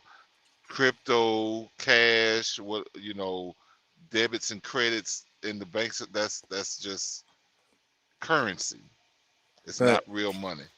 Well, those numbers on the screen, that was the currency, turned into zero for a whole bunch of people overnight. Well, I get it. And, you know, but, you know, to me, I mean, I'm sitting up here thinking, like, with all of these, because, I mean, look who they got to, like, these scams are being run by people in, like, these colleges that you're talking about, like MIT, you know, like, smart motherfuckers. The best and brightest. The government agents, people, like, all mixed up in it. because and I'm halfway thinking like, why we can't have some like all the HBCUs, the top, the brightest of the people in all of these different colleges can come together and put these, put together something that's beneficial, not where we actually gonna rob people, but like I really feel like, Because that's it's really easier. It's easier to do this because it's a scam. It's she's talking about them partying. They just freaking partying is what they doing, and they don't have no like, they don't care who's getting hurt. Like, I'm finna get rich and that's it. Like, it's money over everything. Like, and I got the great idea and I know it's gonna work, and you do it, and it works, and you just fucking party. Let me play the rest of her shit. It's like 3 minutes or so. I might stop it again. Of him circulating, but not one interview or clip of him on the internet. His FTX profile picture on Sequoia Capital even has him turned away from the camera. Does he even exist at all? Most of the FTX contributions were to the Democrats, except for Ryan Salame, CEO of FTX Digital Markets, and his $23 million donation to the Republican Party, which is kind of nothing compared to the bags they've dropped and plan to drop on the DNC. But at the top, there is no red or blue, there's just one team. And it tells me they were looking for both parties to comply with what they had in store. Pandemic lockdowns and mandates, perhaps, or perhaps crypto regulation. It's apparent that Democrats definitely got more out of the deal since Ukraine partnered with FTX through the WF to receive donations. What? Ukraine? So since FTX makes money off of all of those transaction fees, all of the money funneling into Ukraine, FTX got a cut of. Then Sam turned around and gave a huge chunk of that to the Democrats. See, that's just money laundering, and that's what I was saying about the damn they sending another $41 billion or some shit to Ukraine. Well, but that's the whole thing. Like they're doing the same thing with Ukraine that they've been doing with Israel. Like it's just like that's another one of their United States. It's freaking money laundering is what they're doing. It's money laundering. But people are getting rich. They're stealing money from us to be able, because see, and that's one of the main reasons why the globalism is such an important thing to Democrats, is because that gives them a reason to send money to different countries. They send money all these different countries with no real, like, I don't know, like they can make up a reason. Like it don't even have to be nothing real. You know what I'm saying? Like they got all kind of investments going on that's all over, shit. I guarantee you, if you really looked up all of what's going on in Ukraine, like it's probably all mostly U.S. owned or something that was already began here. Investments that companies that was here that's invested there. Well, or making money out of it some kind of way. Definitely American companies. That's all they do. Yeah, they're making money off of it, but usually money is made from initial investments. It's not just, you just pop up somewhere and money starts. You don't have to have no damn investment if the government is giving you $41 billion. That's the investment. No, but that's how some of the money gets. See, initially, like that's the whole thing, bro. Like business has never changed. It's always worked a certain way. It has an origin. It has a beginning point. So, yes, like just like what they did with Pfizer, it was already Pfizer and Moderna and all them. Like they already were a business, but because they were a business and set up and ready, they can have them come up with these shots and pay them for it, right? You know what I'm saying? Like they're gonna definitely make the money. That's not random. That's all the way set up. Government contracts. My buddy, my uncle, my cousin, my brother, my sister, my husband, somebody's company and they set it all the way up completely legal, and they waiting for these damn government contracts. They know it's coming. They did it before they knew it was coming before they set the damn company up. Well, some of them, yes. I mean, some of these companies we know is not new, and that's why I'm saying like a bunch of the companies that's there already existed. They just so happened to go set up shop there because they knew like their initial investment that they had here. Okay, oh, what if I do it over here? Then that's gonna open the door for this, or this. Yeah, I'm gonna have to donate some of this money to whatever, but that's nothing compared to how much I'm actually gonna make over, the next 20 years, 40, what I'm saying? Like 2 years, within 2 years they made so much money. Yeah, this dude right here got rich as hell in 2 years. That's the FTX, something like that. Let me play this. Becoming the second largest donor behind George Soros. And reports were that FTX wanted to spend over $1 billion on the Democratic Party for 2024. By the way, Alex Bornikov, Deputy Minister of Digital Transformation of Ukraine, took to Twitter Monday night, and he officially denied the story about Ukraine's crypto fundraising effort. Quote, a fundraising crypto foundation, Aid for Ukraine, used FTX officials to convert crypto donations into fiat in March. Ukraine's gov never invested any funds into FTX. The whole narrative that Ukraine allegedly invested in FTX, who donated money to Democrats, is nonsense, frankly. End quote. But what did you expect him to say? Yeah, it's all true, nana nana boo boo, sorry pores. By the way, what oversight is there in these $1 billion US tax dollar aid packages to Ukraine? I'm guessing question. Virtually none. On an even more disgusting note, CoinDesk reported that FTX's operations were run by Sam's inner circle of 10 roommates who all dated each other. They stole billions of dollars from their users and were having company-wide sex parties while doing so. One participant of these parties, allegedly, might have been New York Times writer David Yaff Bellany, who wrote a fluff piece on Sam, the scam artist, this week and never once mentioned his donations to Democrats or Ukrainian money laundering. I say he might have been a participant because he tweeted about visiting Sam's penthouse in the past and bragged about encountering crypto-themed condoms. Gary Wang's hologram flickering in the corner probably witnessed the whole thing go down.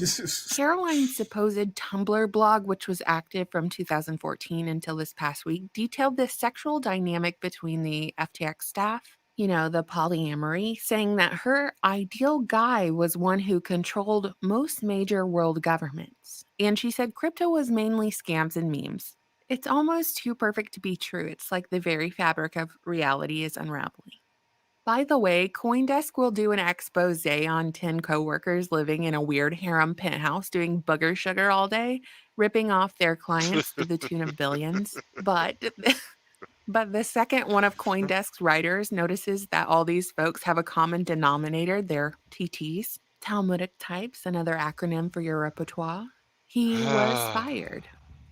It very much looks like a case of Spook Family Robinson, a character set up to fail, most likely to bring in crypto regulation. So what do you think, internet friends? Should the people who are connected to this whole FTX fraud be the ones investigating their own wrongdoing? How can the SEC be impartial when Gary Gensler has barely a degree of separation from all of this? Can mainstream media be a reliable source when they're the ones getting whipped by Caroline at the penthouse? Can we vote our way out of this by electing more politicians who just line their pockets with these dirty dollars? Let me know your thoughts. What happened during the last recession? The last big recession, what was the big thing that happened just before it? I don't know. You talking about the housing crisis and when they bailed out the banks? Bernie Madoff.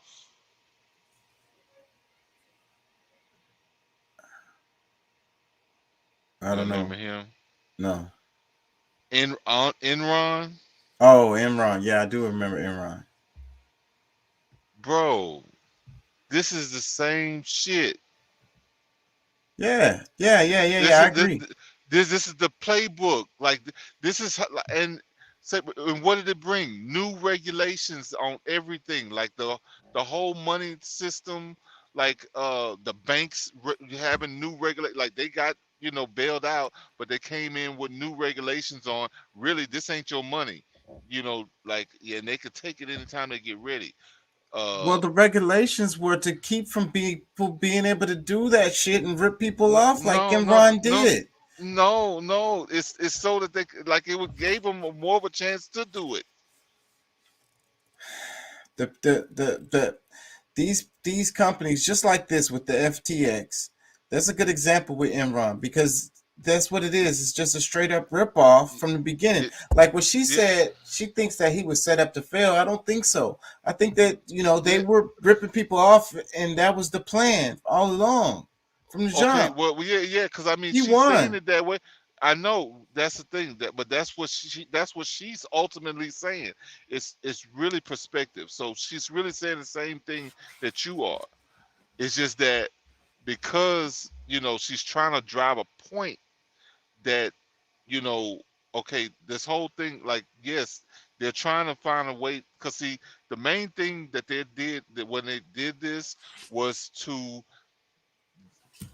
rob people of hope in the crypto sector, because this was built up like it was so secure. It really is still secure.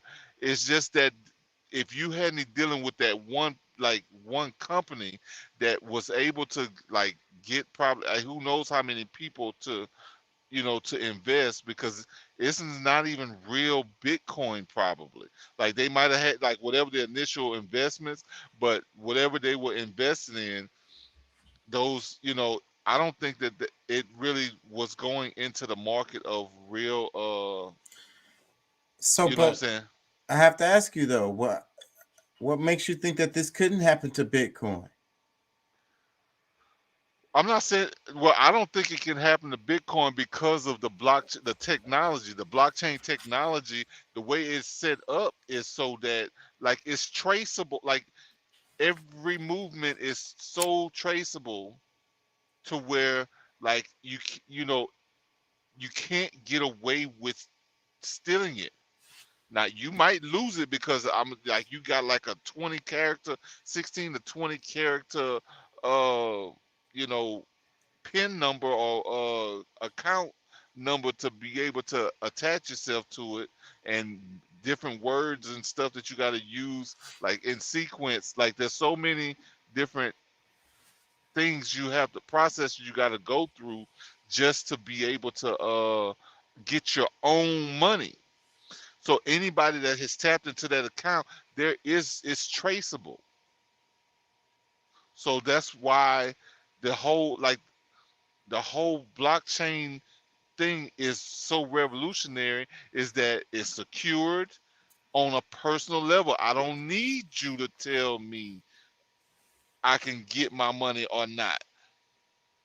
I can save my money on a chip and put it in and take it out. Like I don't need to leave it even in somebody else's whatever, like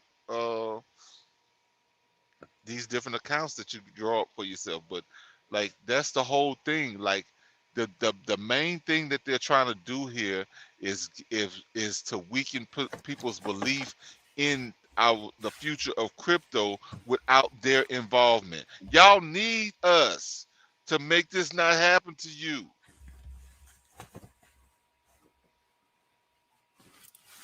That's what they're trying. Like ultimately, that's what their plan was.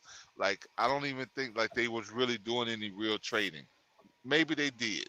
I'm not gonna say they didn't, but the whole point was not the biggest thing that they needed people to do is to be able to say, all right, yeah, I can see, crypto is good, but we just need somebody to make sure that it's, like they want us to beg for regulations. Well, just like earlier when we was talking about taxes, and I was saying taxes is a good thing. And a lot of, regulations can also be a good thing. That if you just have scared. If you just have a free for all out there, that gives the people opportunity to just take advantage of people to no end. But There see, has to that's the be thing. Regulations are good for rules. people who don't have, like, they need somebody to control their life for them. No, it's a protection to keep you from getting ripped off by every Tom, Dick, and Harry. Exactly. Like, I hear you, but I mean, that's just like the whole story about Kanye, when Kanye said that after 400 years and you're still in the same position, at some point you had to say that it was a decision to stay where you were. Those It's kind people, of it's kind those of people in that that work same for realm. Enron, they lost their whole life savings. Like they didn't do nothing wrong. They was working a job, and I get that. I hear you. I get that.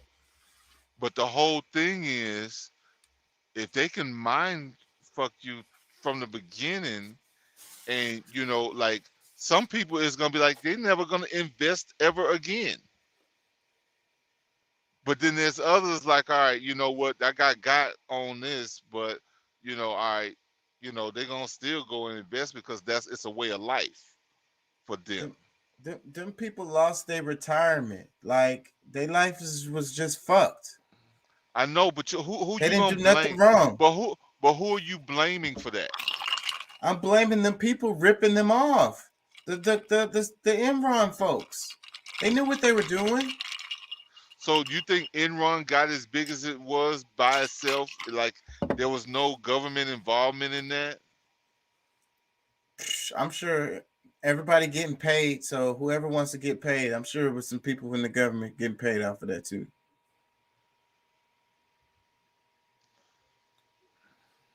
That's beside the point. You're saying that it was those people's fault. It wasn't. They didn't do nothing wrong. They just got taken. I never said it was anyone's fault other than the fact that we know it was a scam. Like the scammers, like that's who's at fault. But what I'm trying to get you to understand is it's a psyop. They're trying to make all these investors believe that they're better off with the government's involvement. I'm just saying there has to be a certain level of regulations, or it's just Wild Wild West and housing market, and but the we world really don't have. Is the Wild Wild West. It's a bunch of facade to believe really don't that have. You're safe. We really don't have much regulations, and that's the reason why we have all these monopolies and oligarchies. No, we have a bunch of regulations and this, that, and the other that they can break. That's they have that. There's a facade. We believe that we have regulations, but shit like this still happens. Or what I'm saying. You think that because like I said, I don't think that this guy did anything extra special. Like he had control over people's money and he robbed them. He didn't do anything like what I'm saying. Like he didn't break the blockchain. You know what I'm saying? Like I agree with you there. So the system that they're trying to get people to not have trust in is still working properly. It's just that they have manipulated people's minds to believe that, I can't trust this, and I lost $30,000 or $100,000, or because maybe some people in the millions I'm assuming. Like it's hard to believe anything that they got to say because it's their media. They have the right to lie to us. So like the main thing is so that we start to beg them to regulate crypto. So I mean, that could be the case. I mean, what do I know? I'm just saying, like, I mean, I'm in economics. I understand, like, I understand it way more than you might think because, like, my ex-wife is a economics major, and I studied with her, helped her study. I understand a lot of this shit, and I play with. I put my own money up in this very system. So I'm here to tell you, and I know these crooks. Like, I'm 46 years old. I've been living in this country all 46. They're crooks, and they keep doing the same shit over and over again. And it's just like, if you don't pay attention, yeah, you can be still trying to figure it out.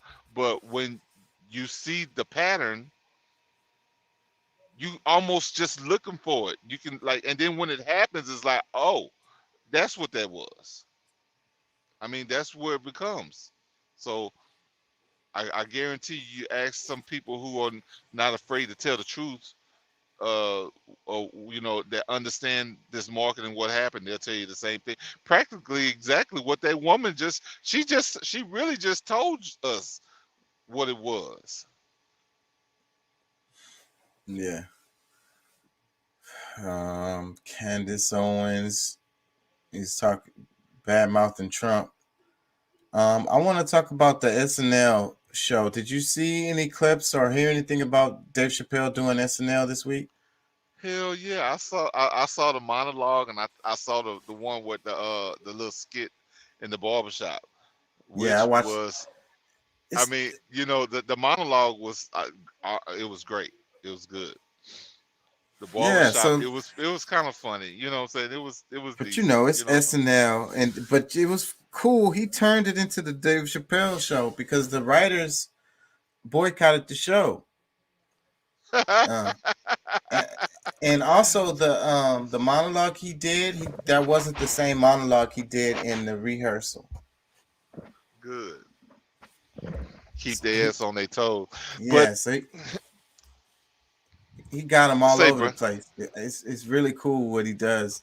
So, but I kind of wanted to talk about his monologue. What did you think about the stuff? I can't play it. They'll probably get on me if I play it. No, I think it was also like I love Dave Chappelle. One of my favorite comedians. I'm a comedian. Comedy. Like I watch that more than anything. So I say he's one of the best. He's like probably the most skilled, and just the more, like what you just said, just let me appreciate it even more. The fact that he rehearsed one thing, and then when the showtime, he came out with a whole nother set. So it's like, and I'm sure, like if he would have came with what he did in rehearsal, no, if he would have done what he did in the show in rehearsal, they probably would have had something to say about it. Right. That's the reason why he left certain parts out. Right. Exactly. They would have said you can't say that or something like that. Yes. So it's too late like, now because it's SNL is live. Yeah. So he didn't already said it. They could just cry about it. Yeah. And if you got something to say, I won't bring my ass back then. But but say, bro, one of the things that I think breaking down the power structure takes stuff like this is because we need people who are fearless enough and have the tact to be able to bring enough awareness for people to start having a sense enough to ask themselves questions. You know what I'm saying? Wait a minute, if he's saying this, then I mean, shouldn't why is he not afraid? Are they gonna attack him? Are they gonna make him beg and stuff for a job? Or like I'm saying, like what's really happening? What's really struck me from the monologue was how because they're pissed about some of the stuff he said, right? In the monologue, they're pissed at him. But he said nigga like 2 times in the monologue. And I was thinking about that because it's like this is a big ass channel, live TV. Nothing's wrong with that. No, that's they okay with that. They're perfectly fine with that. But it's nowhere near it's not a curse word. But if he criticized, if he's criticizing, you don't have to. You don't even have to criticize them. You say mentioning them, bro. Just if you mention them, that's like you are attacking them. That's the way they act about it.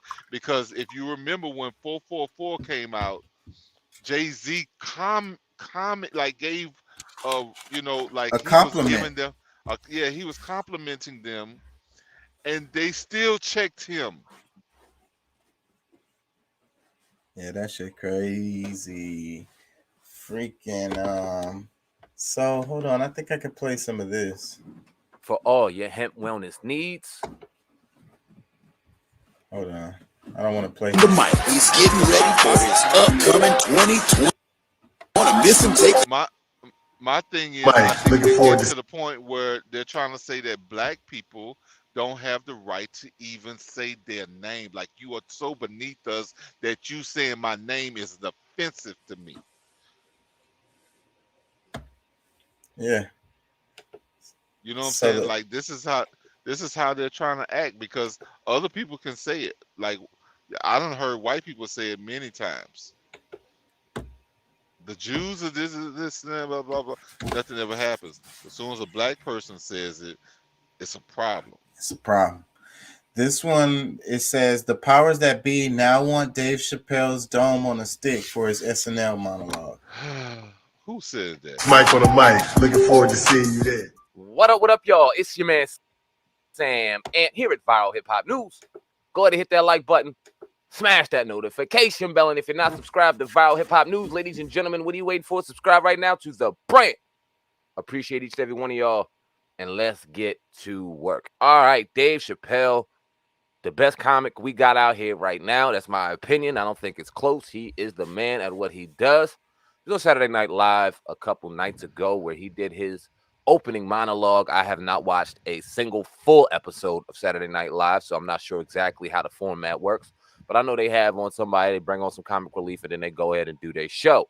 Dave Chappelle went on and did his thing like only Dave Chappelle can, shining light and making fun of this current situation we're in involving Kyrie Irving, Kanye West, and the Jewish community, a.k.a. the Jewish executives in Hollywood. Let's be very specific about that. And our place as it stands with Hebrew and Jewish culture as it pertains to black people. Dave Chappelle shined light on all of that, made fun of all of that, and really put on a great show while at the same time highlighting some very important points that needed to be highlighted, right? So it's not surprising that people were upset, even though he didn't say anything that I believe deems any type of backlash or type of fear that something is going to happen from this, but some people do. One of those people being Jonathan Greenblatt, the official spokesperson of the ADL, and he said this: we shouldn't expect Dave Chappelle to serve as society's moral compass, but disturbing to see NBC SNL not just normalize but popularize, quote, anti-Semitism. Why are Jewish sensitivities denied or diminished at almost every turn? Why does our trauma trigger applause? Interesting. Then we had a number of tweets by a gentleman by the name of Rudy Roshman. I've never heard of him. He seems as though he's a professional victim, if you ask me. But we're going to be fair, and we're going to read his comments, and then we'll go ahead and give our opinion. He said Dave Chappelle's SNL skit was a malicious and calculated move to desensitize the population from anti-Semitism, getting society to laugh at Jewish traumas, struggles, and normalizing historic tropes by manipulating the average person's pain and redirecting their reactions onto Jews.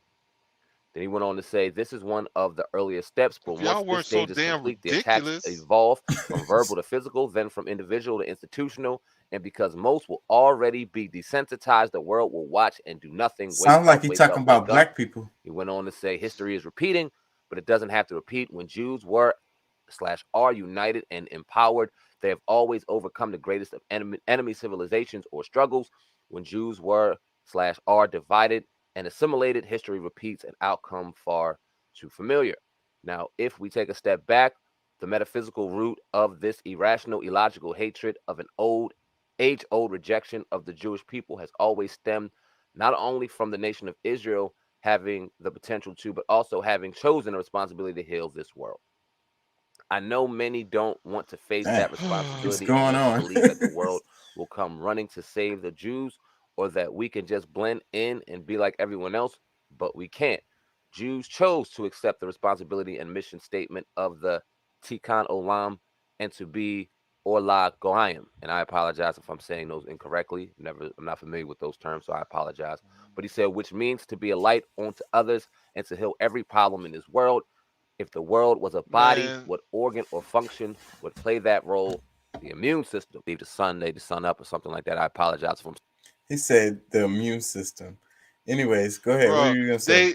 they don't shine no light nowhere. They dim it every chance they get, and like the beauty of being accepted is to be able to accept a joke about yourself and something.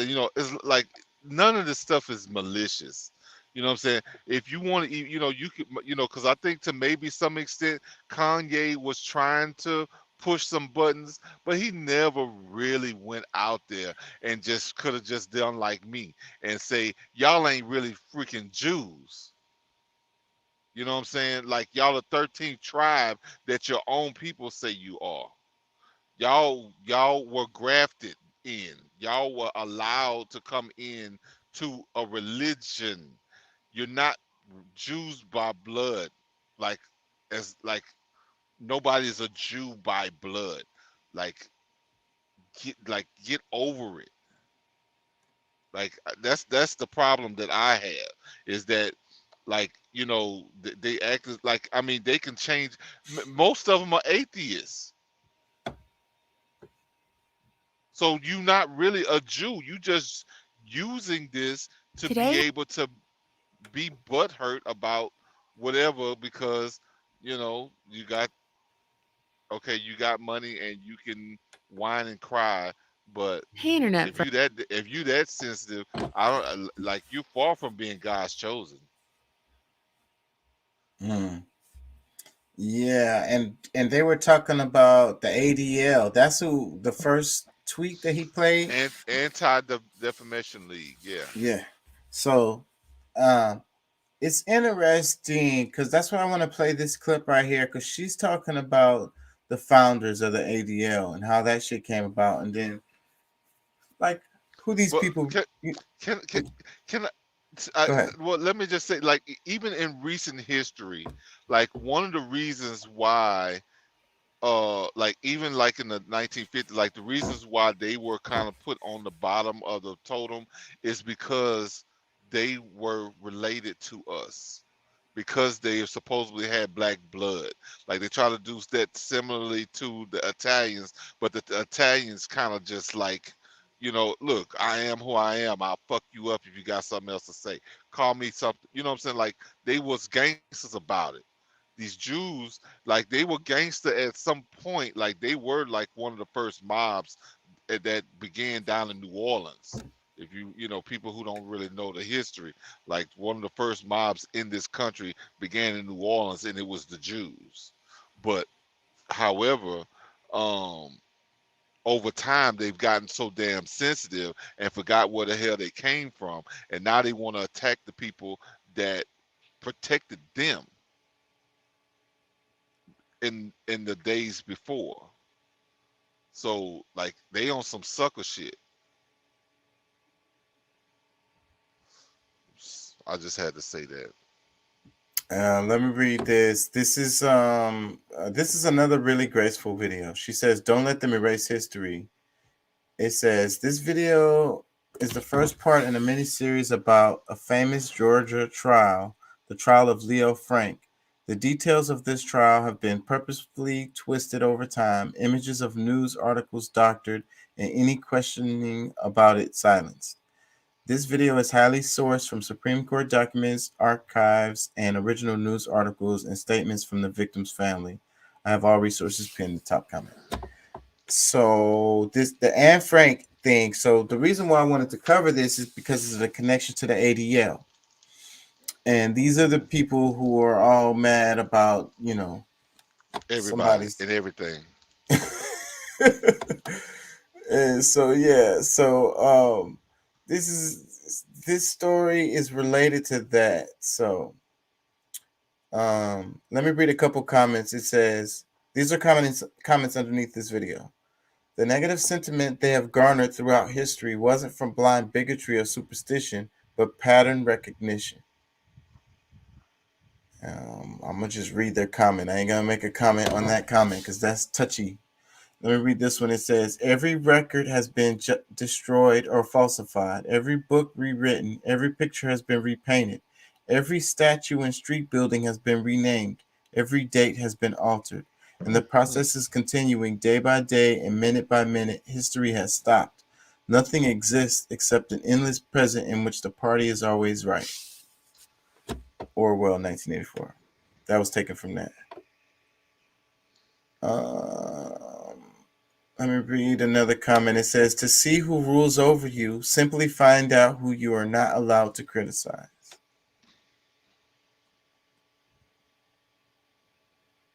Yeah. So, and let me read this one. It says, thanks for bringing awareness to this topic. Most people have no idea how evil the ADL and the people behind it are. This is a great way to introduce people to the greater issue. So I think that's a great segue. I like that. I like that comment. Yeah, I like that comment. That's the perfect segue into the video. Let me play some of it.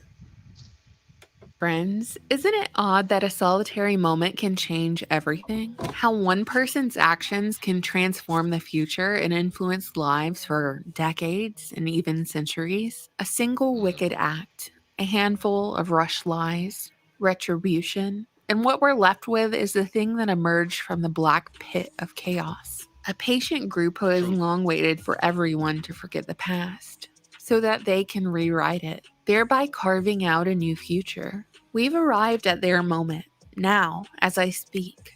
The culmination of their suffering, their plotting, their efforts. The Anti-Defamation League has waited a long time for their reign, enticing the masses under the guise of all that is just and fair, with their thorns wrapping around society, shaping public discourse, silencing those who would seek to question them, all to be a ruling force, unquestioned and unmatched. Some would even argue that the ADL is the single most influential organization in the United States. But is the ADL worthy of such power, such influence?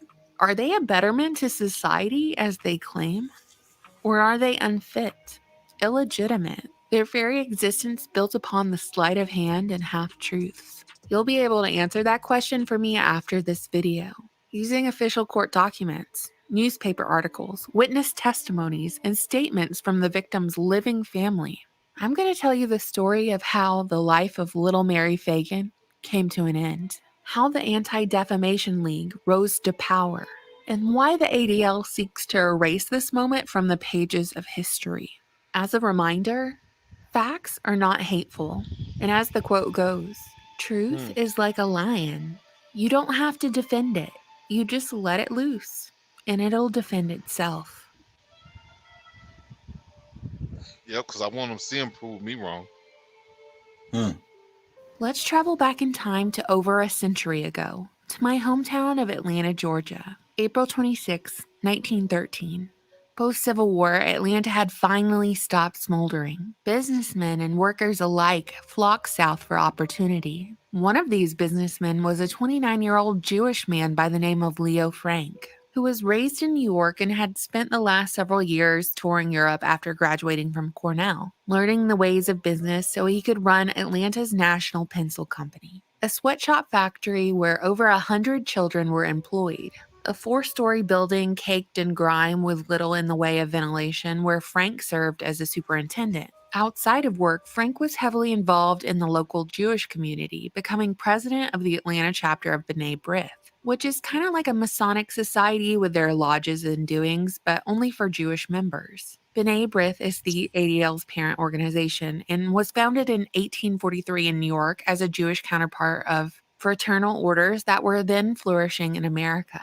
It was a Saturday, a holiday to be precise, on the day that was once celebrated as Confederate Memorial Day, when 13-year-old pencil factory worker Mary Fagan entered the office of her boss, Leo Frank, to collect her pay of $1.20. Mary was just 12 years old when she began working for Frank.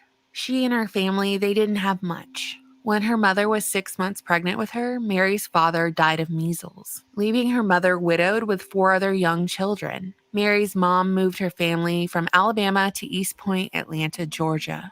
where they had more family and more opportunity for employment. Mary herself was a beautiful girl with fair skin, blue eyes, dimples, and long reddish-brown hair. And she was described by her family and peers as a sweet girl with a bubbly and loving personality. On this tragic Saturday in 1913, Mary set out to collect her paycheck and meet her boy sweetheart outside of the factory that afternoon so they could go watch the parade together. Sadly, that never happened.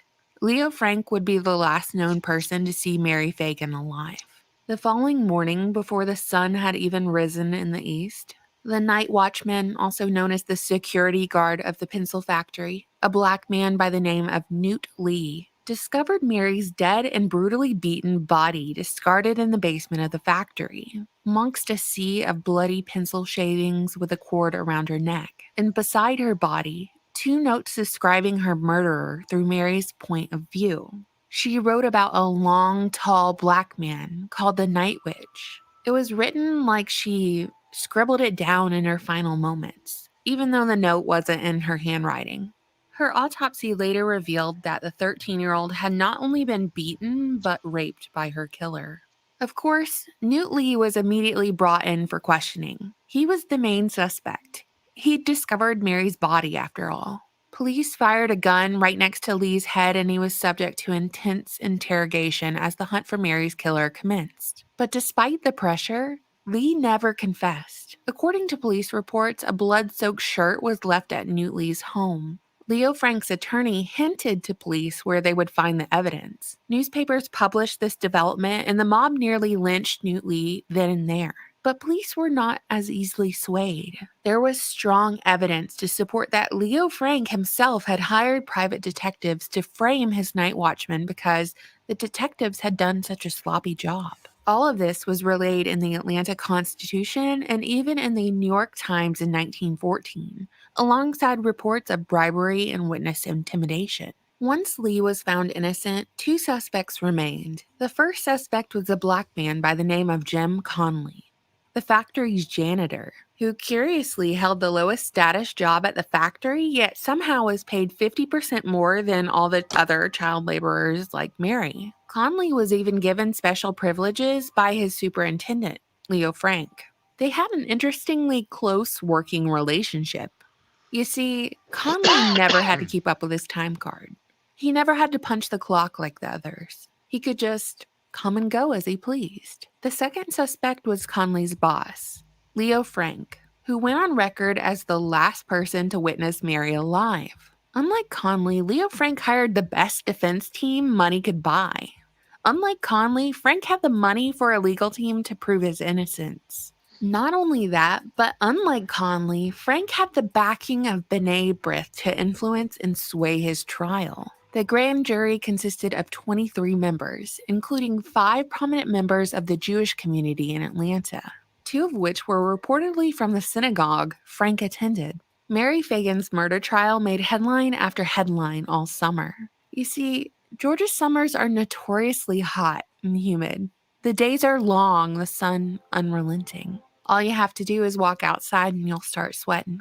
The trial began to heat up after Conley admitted that he wasn't illiterate like he had previously stated. Oh no, he could read and write just fine. So fine, in fact, that Conley swore his boss, Leo Frank, paid him to write Mary's murder note. The one about the long, tall black man, the Night Witch. As Conley continued, it seemed like his involvement was more and more like he was Frank's accomplice, with Frank as the main suspect. Unlike Conley, Frank absolutely refused to be cross-examined, but there was overwhelming evidence against him, including blood and hair left at the crime scene, as well as Frank's ever-changing alibi. Frank's accounts of his interaction with Mary in her final moments began to unravel. They morphed with every retelling. Originally, Frank swore that he stayed in his office following Mary's departure after receiving her pay envelope. But later, Frank stated he might have taken an unconscious bathroom break that would have placed him walking past the metal room, the site where Mary was believed to have been murdered, and at the suspected time when the attack occurred. Another young worker was called to the witness stand claiming that she had gone to Frank's office right after Mary had left, and Frank wasn't there. He was nowhere to be found, and she even waited around for a bit but concluded that Frank had gone home for the day. The character witnesses included a string of female employees who all had the same thing to say about Frank. He was handsy with the girls, he touched them, he stared, he made rude comments. The guy was a well-known pervert, and all the female employees knew it. They all said so. Quote, 16-year-old Nellie Wood told the court how Frank had pushed himself against her and touched her breast. 14-year-old Nellie Pettis, a witness for the defense, recounted how Leo Frank had propositioned her for sex. 20 girls in all gave similar testimony about Frank's improprieties. Several male employees described how they had witnessed Leo Frank rub up against young female coworkers a little bit too much. The testimony was so explicit that the judge had to clear the courtroom of women. End quote. After a long, drawn-out trial that garnered immense public attention and claims from the prosecution that alleged bribery and witness tampering from Frank's legal team had occurred, the grand jury reached a unanimous verdict. All the grand jurors, including the 5 Jewish jurors, signed the bill of indictment against Leo Frank. They'd all decided he was guilty. After being convicted of murder, the judge sentenced Frank to death by hanging, which was set to be carried out in October. But after Frank's legal team attempted several failed appeals all the way up to the federal level, 13 separate appeals to be exact, in 1915, under intense political pressure, attorney in Georgia Governor Slayton, on his last day in office, had Frank's sentence reduced to life in prison. Alongside the order, Governor Slayton wrote that the U.S. Supreme Court, quote, found in the trial no error in law and had correctly, in my judgment, found that there was sufficient evidence to sustain the verdict, end quote. Keep in mind that Frank, on top of murdering Mary Fagan, had tried to pin the murder on 2 different black men. Frank claimed that rape and murder were black crimes, and any black person who testified against him should be barred because their testimony was invalid based on their skin color. When the public heard that Governor Slayton had reduced Frank's sentence, they were angry. They believed the justice system had failed Mary Fagan, the real victim. After all, Governor Slayton was a former partner at the law firm of Frank's defense team, so the public suspected some under-the-table deals and bribery. As a result, a group of about 25 men who called themselves the Knights of Mary Fagan took justice into their own hands. They kidnapped Leo Frank from prison and hanged him in Marietta, Georgia, his body facing the direction of the Fagan residence. You remember I told you in the beginning that Leo Frank was the president of the Atlanta chapter of B'nai B'rith, an organization whose mission preaches philanthropy and community outreach. But apparently they did a little bit too much community outreach because they were accused of espionage during the Civil War and implicated in the assassination of President Lincoln, with the goal of subverting and fragmenting America so that it could once again fall under the British crown. And this was documented by both Gentile and Jewish scholars alike. They were accused of being spies for the crown. It didn't matter to B'nai B'rith that Leo Frank was found guilty and convicted of murder by a unanimous jury. Even when he was sitting in his jail cell, the Atlanta chapter re-elected Frank as president. Members of B'nai B'rith stated that they believed the real murderer was Jim Conley, the janitor. And the testimony of a black man, a second-class citizen in their eyes, was unreliable. Furthermore, B'nai B'rith claimed that the trial was too hasty, and the only honest people in the courtroom were Frank and his defense team. Everybody else, they claim, was either bribed, threatened, or fell under one all-encompassing term, an anti-Semite.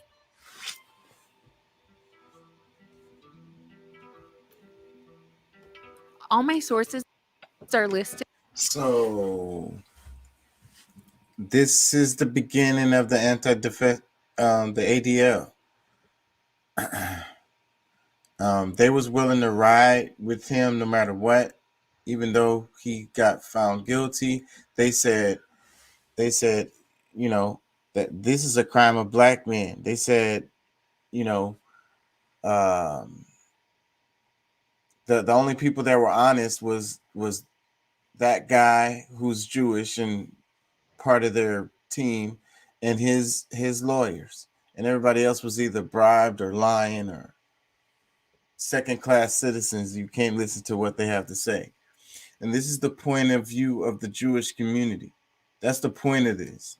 And, you know, the ADL saying that those people who said he was guilty, they were anti-Semites.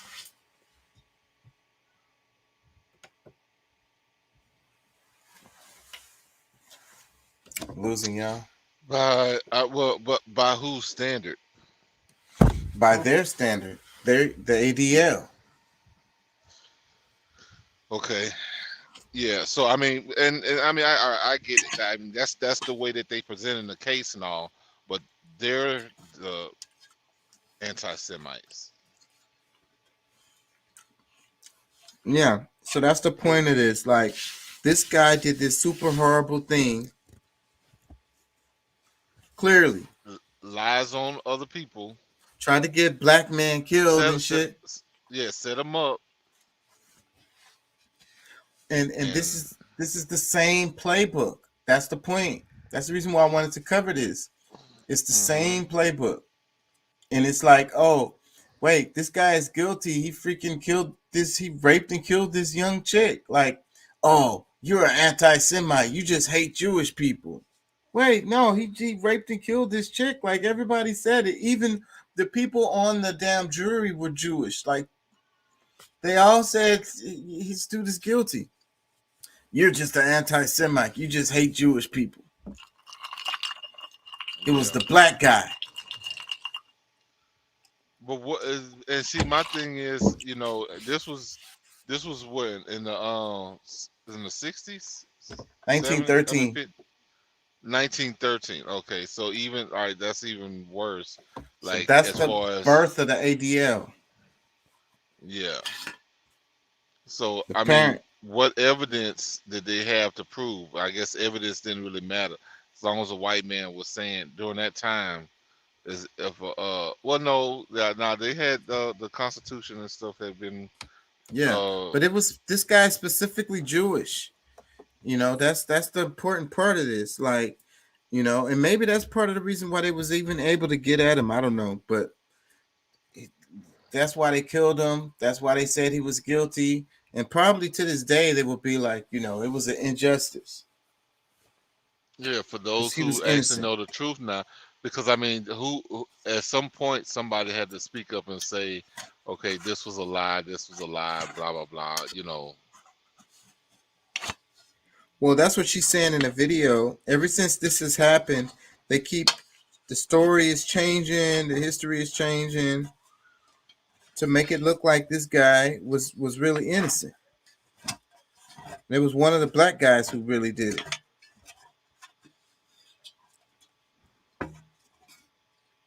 And they were just anti-Semites. That's the reason why they killed him. They killed him? The guy who did yeah, they hung him. All right. Because I did kind of like part of I must have, that's a part that I must admit. Now, who got hung? One of the black guys got hung?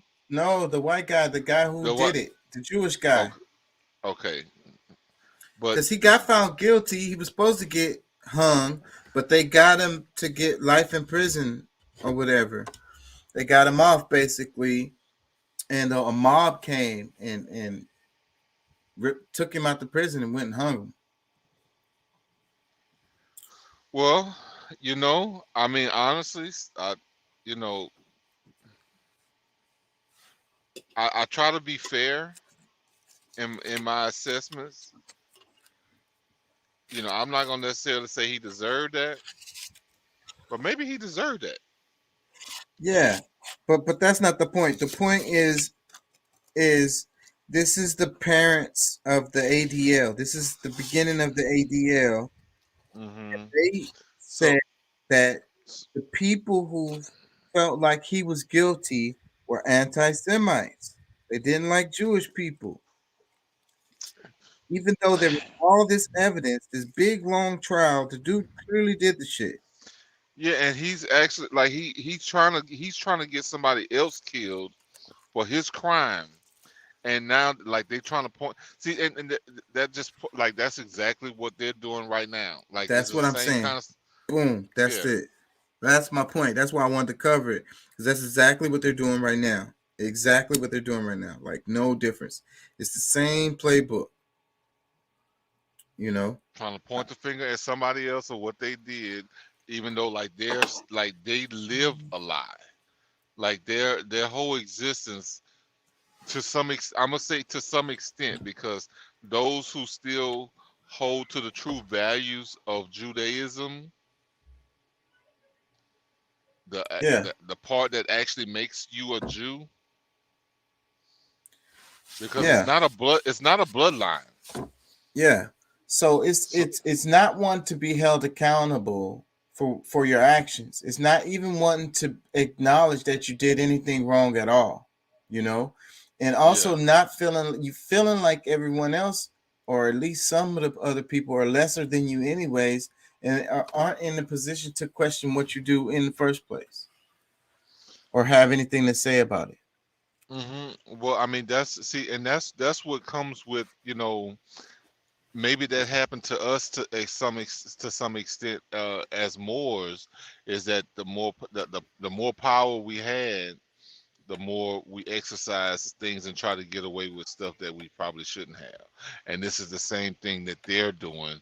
And just like it was a demise for us, it looks like it's going to become a demise for them. How soon from here will we see it? Who knows? But overall, I think that us as a people, we need to get away from all of these different tags and, what I'm saying? Like, if we're gonna, move into the future, we need to be able to work together, period. You know what I'm saying? Like, if we're gonna, if we're gonna be fair all around, what I'm saying? It's too late in the game to try to say that, there's no, I don't know any way to prove that any of us are, especially by blood or anything, like they wasn't doing DNA tests to link any of us with the people from the from the past, so that's why I'm like, okay, if there's a paper trail and we can see it, we can, there's, actual proof where we can see it and we can live by it, okay, cool. But we already know doing these blood tests is a bunch of, it's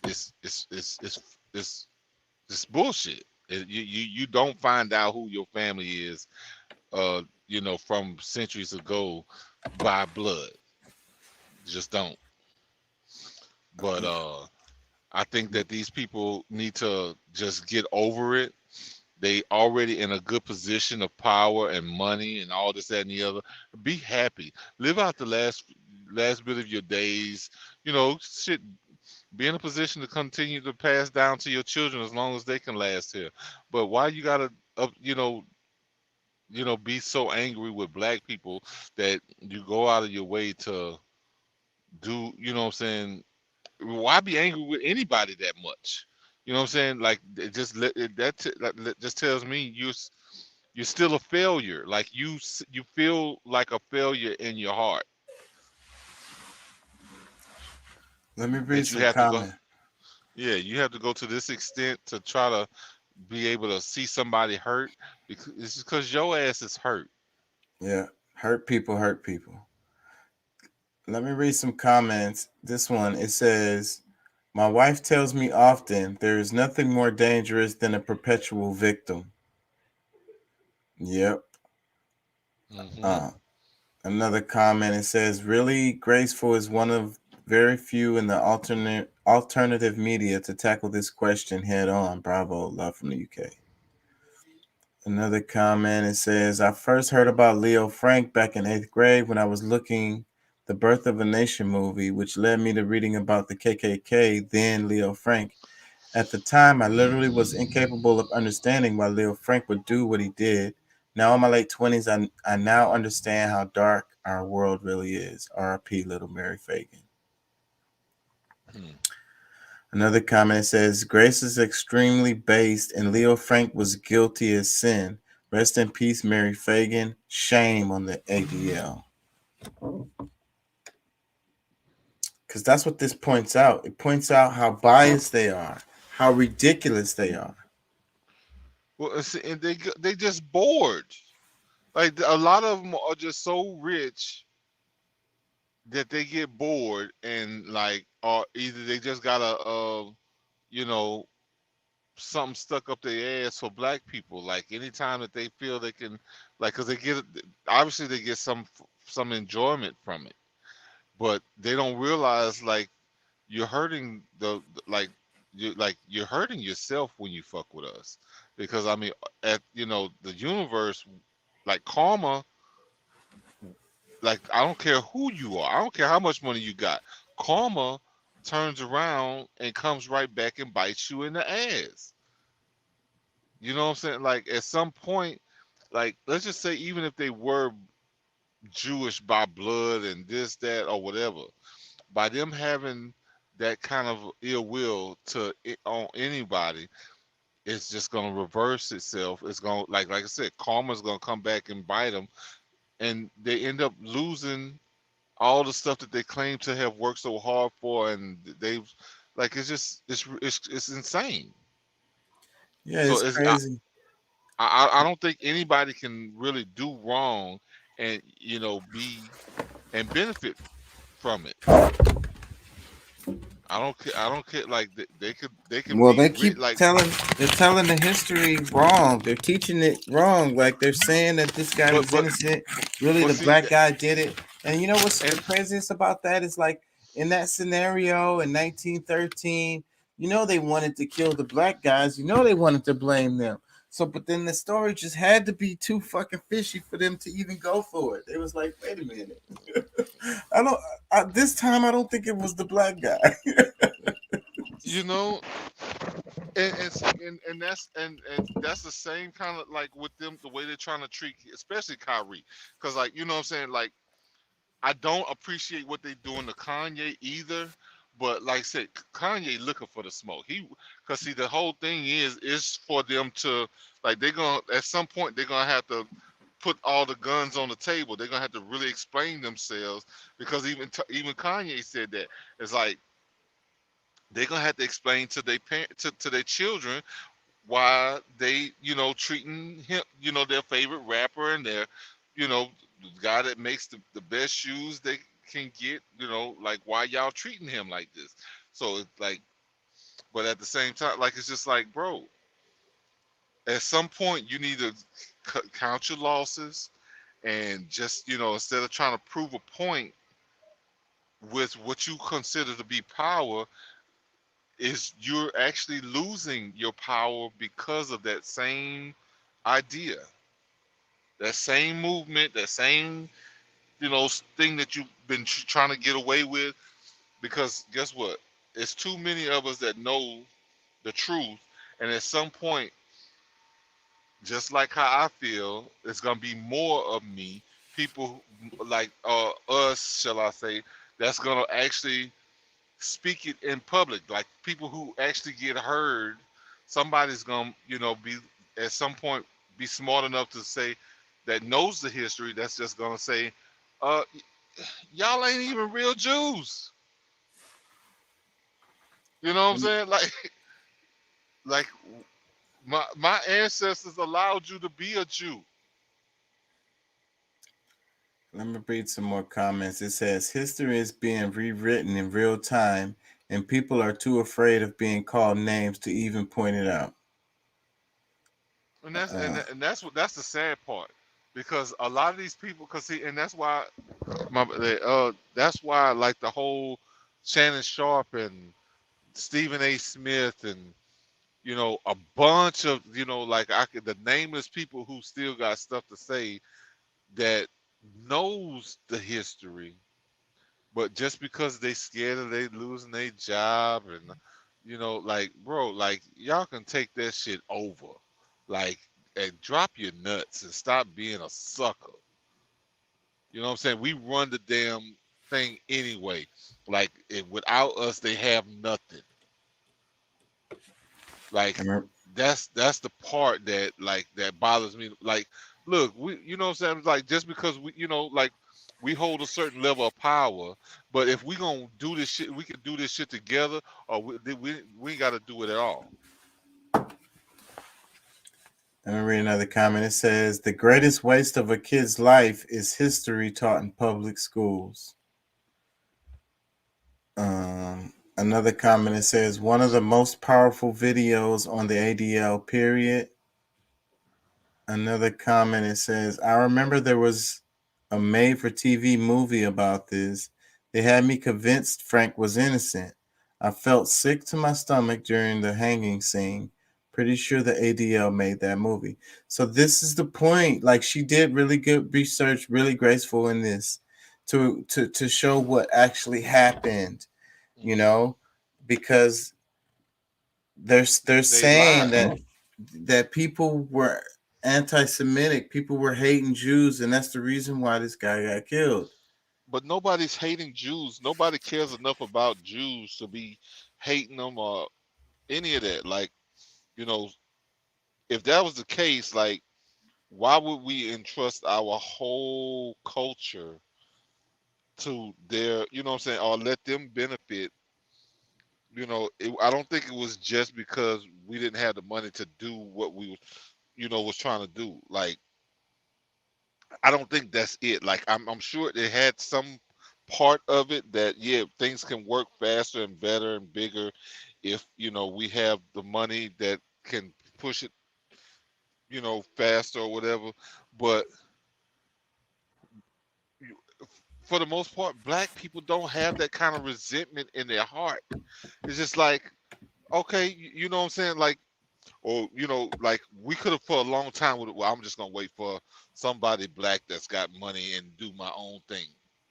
No, they're like, shit, okay, we can do this. All right, come on, let's do this.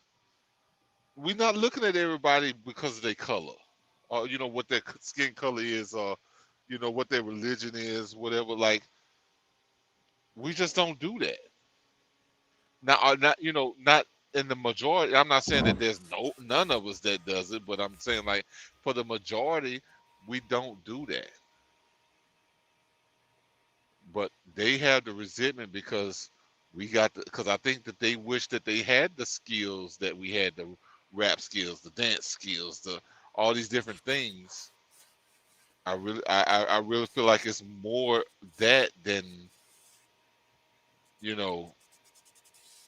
like they feel like in competition with everything about us. Let me read a couple more comments. It says, I like that St. Augustine quote. The truth is like a lion. You don't have to defend it. Let it loose. It will defend itself. I like that too. Yeah, that's pretty strong. Let me read another one. It says, they always tell you what happened to them, but never why. Russian proverb. Another comment, it says, hey, this must be anti-schematic. It's 100% true. There are valid reasons why a certain group has been thrown out of some 109 countries, territories, well over 200 times. Yes, some multiple times. It's not because they're respectful of others and acclimate well.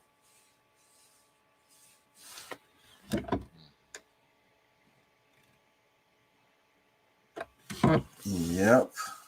It's a case of,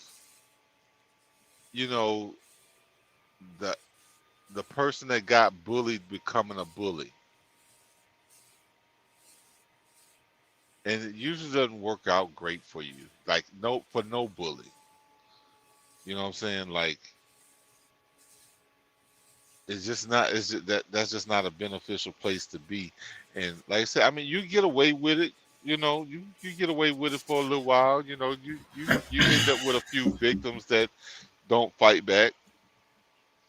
But when that motherfucker when you run across the one that is not gonna allow you to leave the premises without getting a piece of the action, then you see.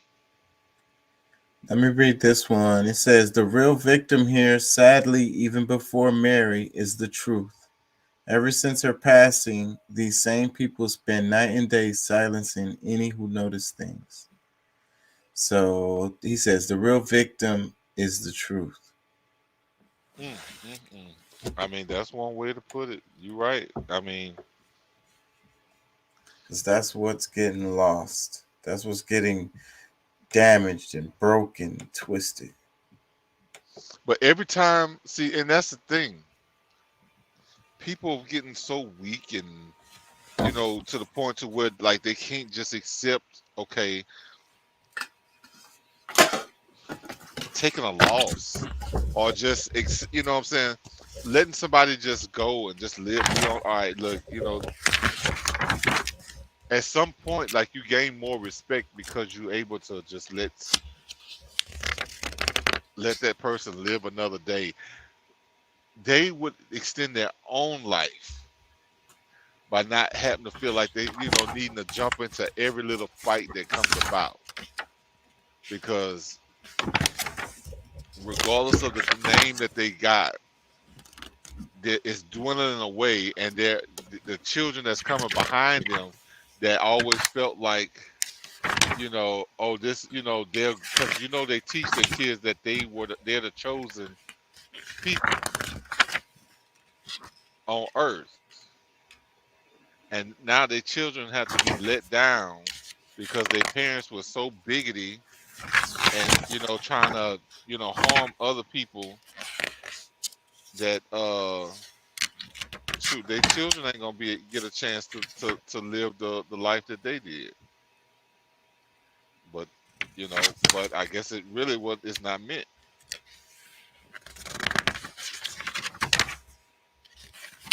People, with the numbers dwindling, they're gonna weaken, and there's gonna be people that's just not gonna accept the bullshit.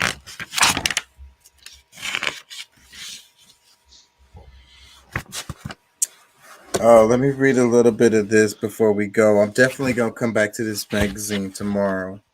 This is talking about the Bermuda Triangle. It says, there are reasons why weather fair all well became famous last words for one crew and many others who followed in their path. So it says, it was sunny out as Lieutenant Charles Taylor led 5 TBM Avenger aircraft from Fort Lauderdale for a routine 2-hour exercise in December 1945, just 4 months after the end of World War II. Nearly 2 hours into the flight, the naval base received a call. Cannot see land. We seem to be off course. Contact with Flight 19 was then lost for about 10 minutes. Soon, the confused voices of the crew were heard saying, everything is wrong. We can't be sure of any direction. Everything looks strange, even the ocean. Then 20 minutes later, one of the pilots said, it looks like we are entering the white water. We're completely lost. A few minutes later, a 13-man crew aboard a PBM Mariner headed out in search of them. It too vanished. For 5 days, Coast Guards and Navy ships combed the waters of the Atlantic Ocean and the Gulf of Mexico, but no wreckage, bodies, or even oil slicks were found. Flight 19 is but one of the mysterious vanishings that took place in the vast expanse of the North Atlantic, reaching roughly from Miami to Bermuda and over to Puerto Rico. It has ominously been named the Devil's Triangle for a good reason. Tales of unexpected occurrences there go back centuries. When Christopher Columbus sailed through the area in 1492, he wrote in his log about his compass going haywire and the sea quickly changing from calm to treacherous. Within its 500,000 square mile area of water, reported vanishings started in the mid-19th century, with more than 20 aircrafts and 50 planes have vanished over the past 100 years. What do you think? Bermuda Triangle, missing ships and planes. I mean, it's always been like a, you know, like, it's just one of those things that you always kind of wonder about because, you know, like I've heard different stories over the years about, you know, going through that area, whether it's by boat or by plane, and that, you know, some people have even said like claim that they came back from it, to where it's like it takes you into a whole nother dimension. You know what I'm saying? Like it's one of those crossroads of the of Earth, because Like I a don't know. Have portal. you? Yeah, it's like a portal. Yeah, exactly.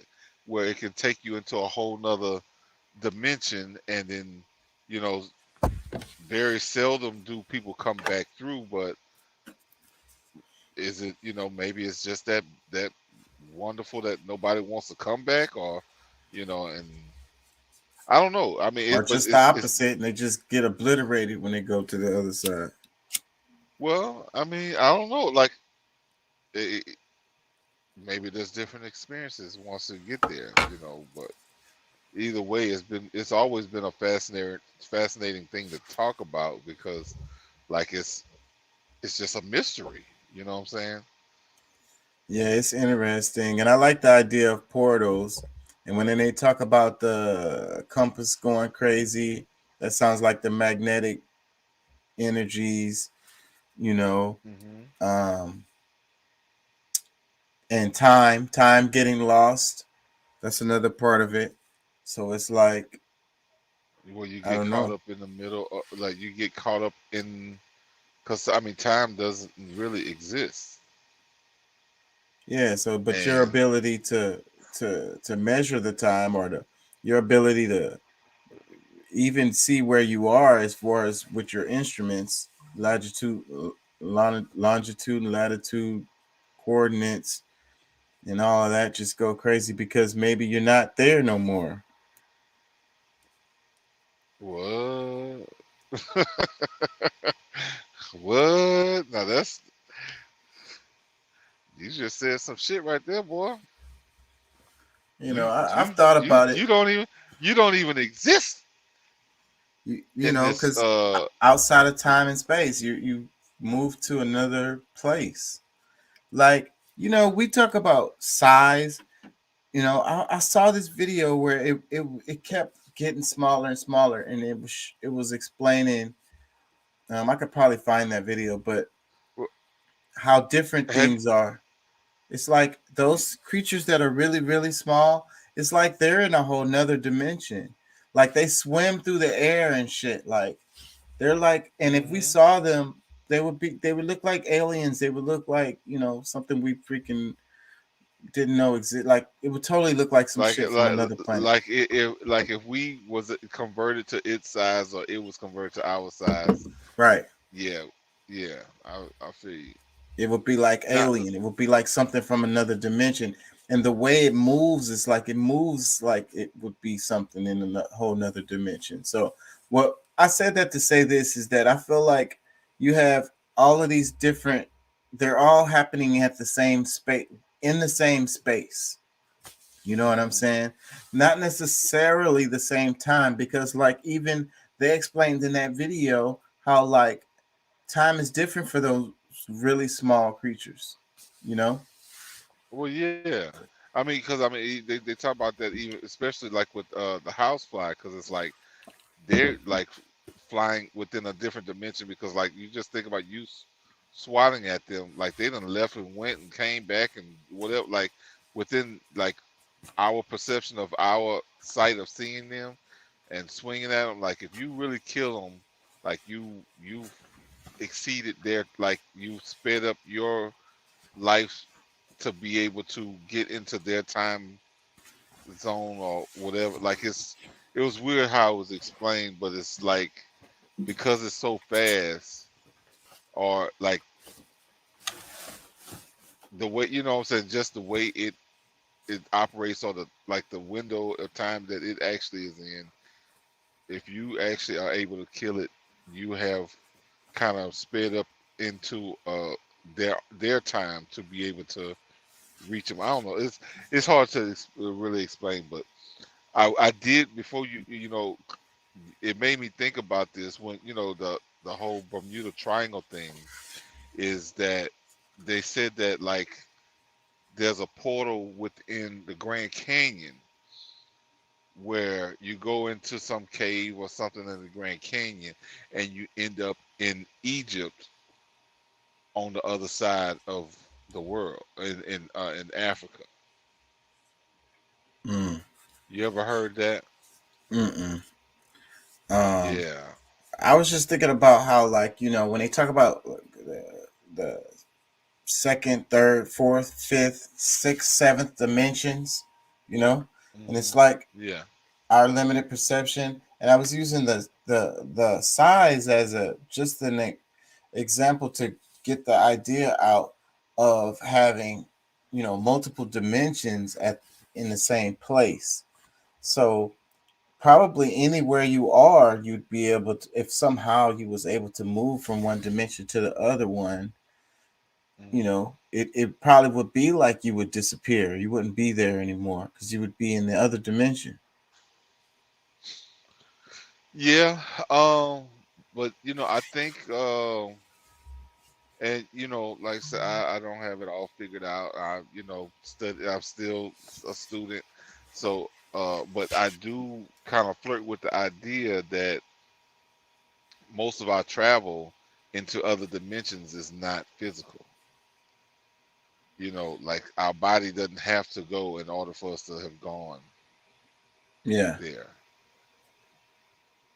So Yeah. sometimes it might seem like a glimpse of a thought, but through the mind, because our mind is connected to the entire universe, and to actually be somewhere else or see something else didn't this what I'm saying, it can happen in the middle of driving down the road or while you sleep in the shop, what I'm saying, like Yeah. So, but there's what about so some of many. these like missing persons or people that literally freaking disappear? You think it's a chance that people could like be moving into another dimension? Like the Buddha supposedly, meditated until he just moved into the next dimension.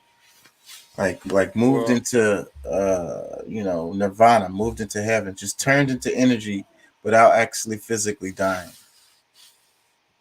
Maybe he didn't turn into energy, maybe he just went to another dimension.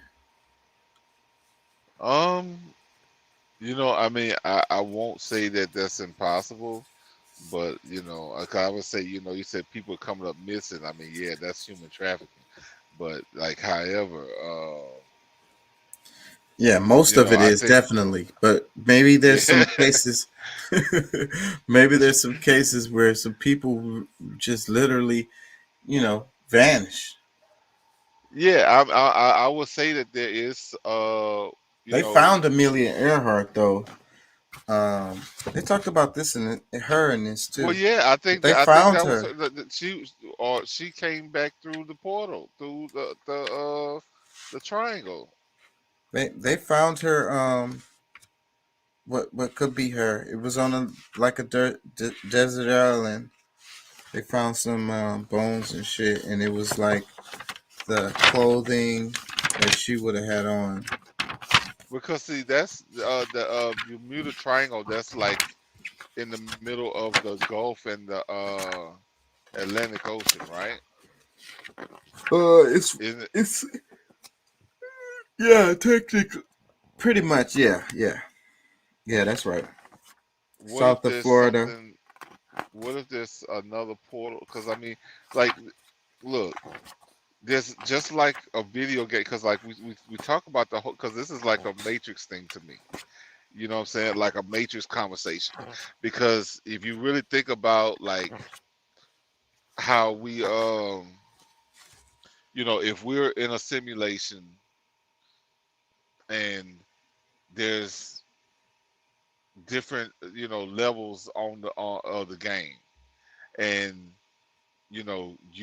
there's a cheat code that can take you from one place to another without having to go through all the other hurdles that you might have to go through to get there. So I mean, if you learn, what I'm saying, and maybe you don't learn it, maybe you just by happenstance, or you want to call it luck, or by chance you stumble into it, because it doesn't necessarily have to be in the middle of the ocean, doesn't necessarily have to be you know, on some desert highway. Like maybe it's in your backyard. Maybe that, you know what I'm saying, maybe it moves, and you know, based on the different you know what I'm saying. Like I think there's endless options when it comes to that.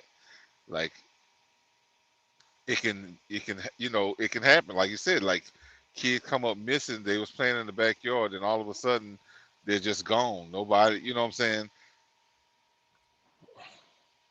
Maybe they walk through a portal that That's what I'm saying. maybe an alien, you know, I don't know. Abducted them, right? Maybe the Yeah, alien abductions aren't really alien abductions, but people moving through portals. maybe. It's just a thought. Yeah, I'm tired that's as it's a hell. hit. That's a heavy one. That'll have us up for Yeah. hours. But yeah, man. Hopefully Yeah. I'm moving tomorrow. Trying to get to the house this weekend. Oh yeah, that's good, man. Shit, get you some rest, For sure, man. some actual rest. Yeah, I want to cover I, more on I, I this. might I might stop through that way. I don't know cause well, it's gonna probably be like Monday or Tuesday when I'm coming through to Louisiana. I'm going to my mom's or whatever, so I might have a minute to stop through and chill, you know, Well, shit, just hit me. for a few minutes. Oh yeah. I'll let you know. Yeah, I I'll want give to you a cover heads up. this supernatural stuff a little bit more, and it's a couple other ones because I wanted to talk about. Uh, I'm still talking about the Jewish people, freaking. Well, and because I know some videos that I saw that you sent that I thought we might have gone into as well, but The one I about think we it was about Jewish people, something about Jewish people, right? well What did I say? yeah well the whole thing about Israel and Yeah, that's what I want to talk about because I do want to talk about that. So I'm gonna cover that tomorrow. Yeah, Israel and how it has to do with the United States. That's what it was. Yeah, that's exactly what it is. Because and you Israel is really a little baby United States, and they're doing the that's what exact same Ukraine is thing. becoming. That's what Ukraine is gonna become if you know once this Oh, is. did you see the clip? Let me see. I think I have that. Let me play that right quick before we go. The clip, like the news showed, because Ukraine got Kherson. They expelled the Russians. It was a big win for them. And the news is covering this because they're like, "Oh, Ukraine, big win," and it was a guy doing a Nazi salute. And I wondered why the hell did they? That's what everybody was saying. Why did they use that clip? Oh yeah, I got it. Here, let me share this. They were like, out of everything, why did they share that? Let me play this. It's really short. It's just here it is right here. Am I sharing this? Earlier this week, residents there have been celebrating their long-awaited freedom, many taking to the streets, waving flags and cheering for the soldiers. The guy did a Nazi salute there. Let me play it one more time. Earlier this week, You know, residents these are the same people. celebrating their long-awaited freedom, many taking to the streets, waving flags and cheering for the soldiers.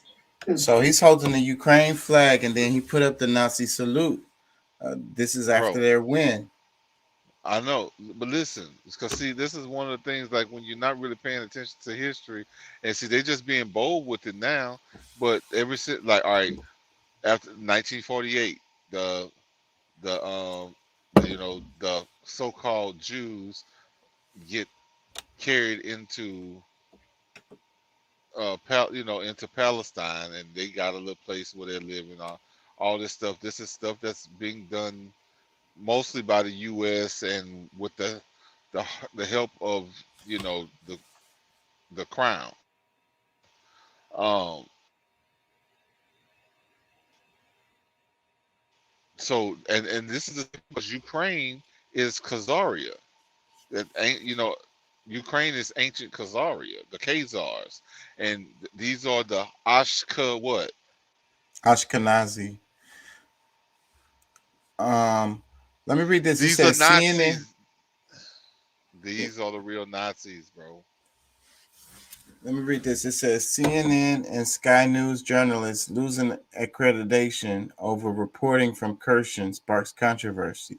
It says CNN showed a Ukrainian giving a Nazi salute to the cameras, and Zelensky banned their journalists the very next day. Biden's never-ending unconditional weapon shipments continue, but with no press reporting now, we'll know even less about who's using them and how. So this was CNN and Sky News, and they're getting in trouble. And Zelensky, he says Zelensky banned their journalists, so they didn't want these pictures to get out. This picture that earlier this week, residents there have been celebrating their long-awaited freedom. Many taking to the streets, waving flags and cheering for the soldiers. Troops. That was a clear Nazi salute he did. Look, stuff that people have been saying from the beginning. Yes, but see, that's the whole thing. Like the people that they're saying that got, was getting killed off or whatever. No, these are the people that was trying to do the killing. That these are people that survived. That's portraying to be something that they're not all this time. Like these same Jews, these Khazars. That like Ukraine is where that is the same. Is that same place? A lot of people don't really realize it. They don't know the geography that well, but like this is something I've been looking at for a while. Like I've been studying it. So it's like these very same people that's trying to take over the world. They got Israel. They're doing Ukraine. Like all these people, they say like even whatchamacallit didn't die during that whole ordeal. Hitler didn't die. Like this was a continuation. Most of the people that was in the research center came to the U.S. and been running shit here in our government and in NASA and all the other stuff that's been going on since then. But that wouldn't make sense if Israel and these people don't like Jewish people. Like they got swastika tattoos and shit. Like they probably would kill. They've been killing people. That's what they do over there. That the ones that they don't like, they really on that like eugenics type stuff, German type shit, where the superior race shit. How many times I gotta remind people like these, like they don't mind lying, they don't mind cheating, they don't mind like they're like overall like if they able to have the ultimate domination that they want, like lying, cheating, and stealing ain't no problem along the way. And like I said, most of these people that's calling themselves Jews are really atheists. Like they don't believe in God. Yeah, but if they identify themselves as Jews, and then you got this guy wearing a swastika, he's gonna kill him. No, so maybe they he all confused. know, but they know whose they side know is on whose they side. know who is who. They got their secret fraternities, they secret societies. They know who is who. We just don't. I can't get with that because the regular average folks that's running around in Ukraine, the regular folks, they're gonna be ignorant as hell, just like an average American. They're not gonna know. Why say, bro, just because we live clueless don't mean that everybody else is. These people have an agenda. These people getting placed in something. Like, does every single person know every little thing? Maybe not, but for the most part, they do. Like, most of these people are not clueless of what's really happening. Like, they know that they're getting set up and protected by the world. They feel like they support, like, some of them have taken like the belief, like after they've lied to themselves for so long, they believe that they are the the people, the chosen people of God. Some of them have, that they have enough like that, like their mental health is broken down so badly, like they believe their own lies, and then they just, you know, like we've been telling people, like I've been saying this for months when the war began. It's like these are Nazis over there that our U.S. is protecting and trying to, like, you think Biden don't know who those people are? And sending them money. Yeah, Biden knows. They know. I don't know if all of the government, like all the senators and stuff, because they get lied to Enough, too. yeah, no, I don't doubt that, but I think enough of them know. Like they've been in there long enough, and they just like some of them like they don't care. Look, all right, you got your shit going on over there. Look, I'm just trying to have a little steak, you know, have a little piece over here. You know, Rhonda's got 2 they shut the hell up because they want you to shut up about what they doing. So, yeah, I mean, Yeah, so it's clearly Nazis in Ukraine. It's clearly a Nazi regime. You know, but that's always been one of the weird things. Like, why did they put Nazi in their name if they hate Nazi so much? Like Ashkenazi. they didn't choose that name. That it's like Yes, they did. It's multiple.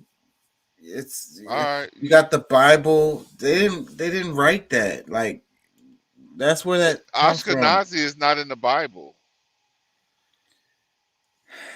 That's something that they created themselves.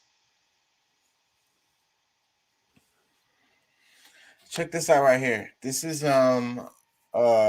these people these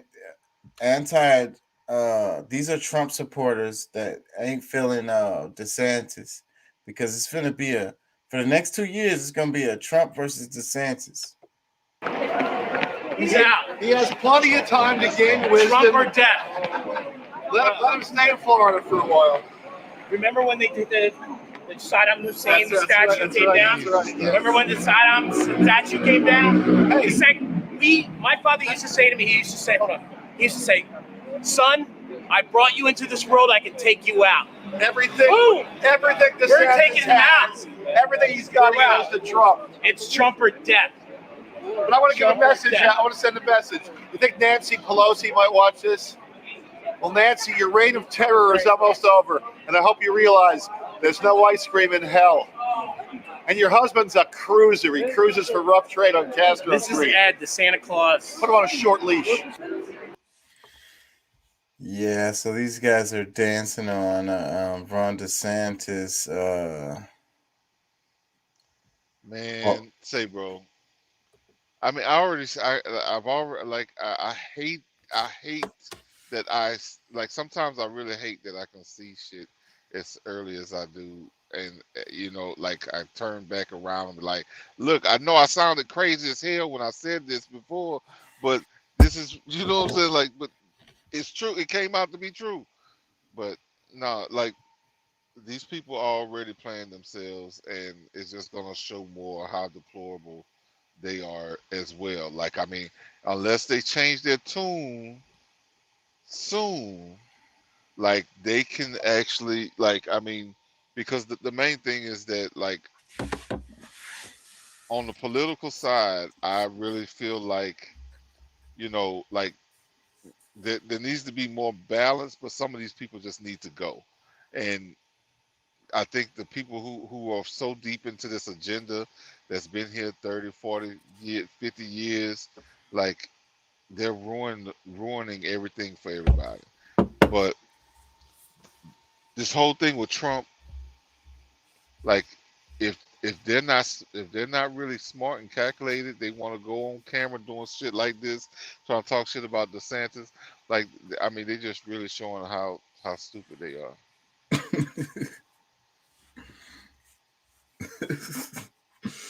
I'm just saying, like, I mean, that's really what's happening. I mean, you know, I mean, it's not like, you know, we haven't, because I mean, we talking about the average voter. Like, the average voter on either side really is clueless.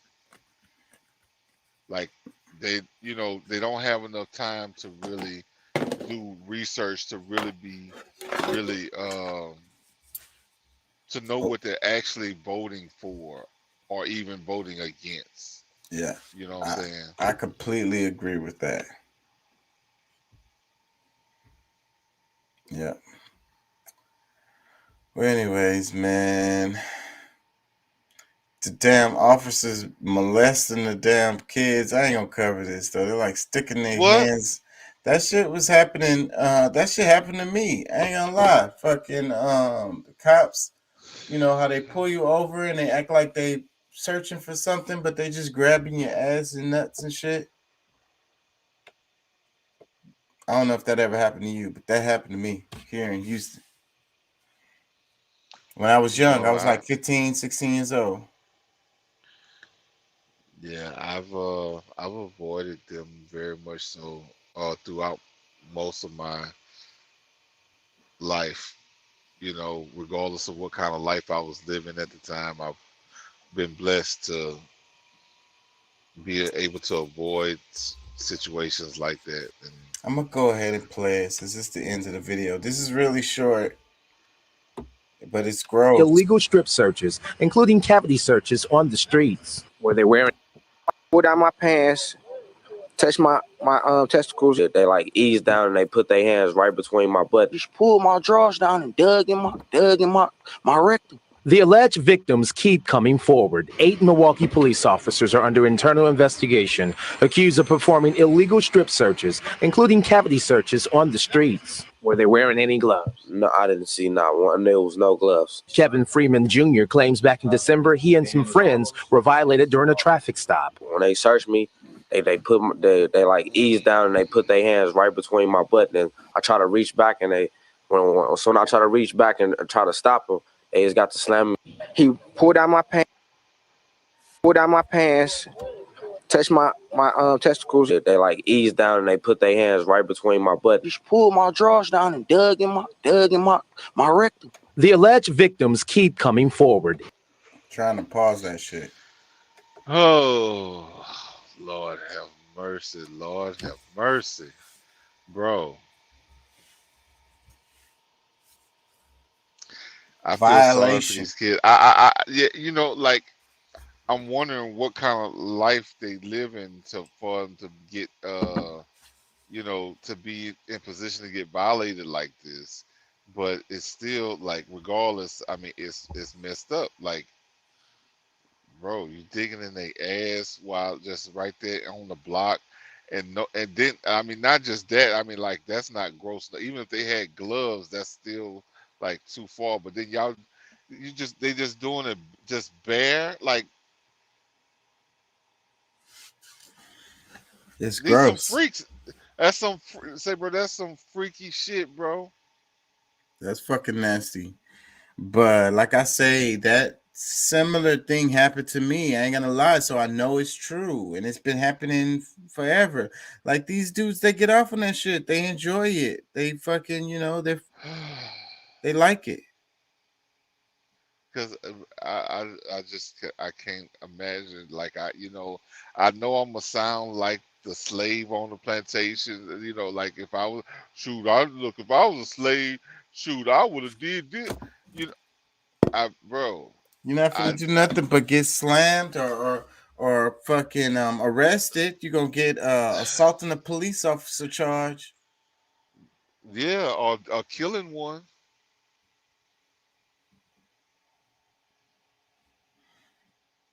So that's fucking scary as hell. And that's just like you getting violated, you getting raped, basically, you getting freaking taken advantage of, you're getting used, you're getting sexually abused.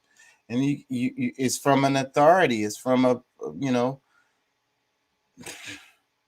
somebody representing a state or whatever, city or county or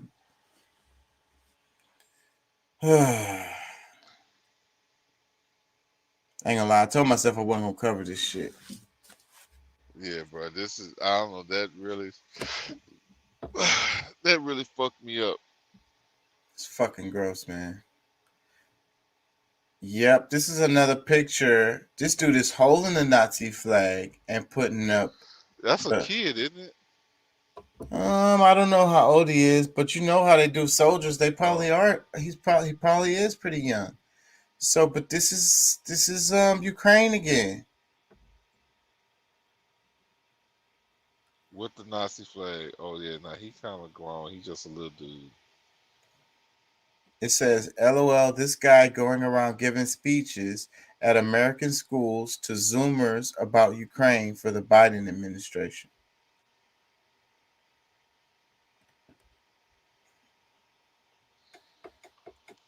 And Anyway. Biden know exactly. Say, bro.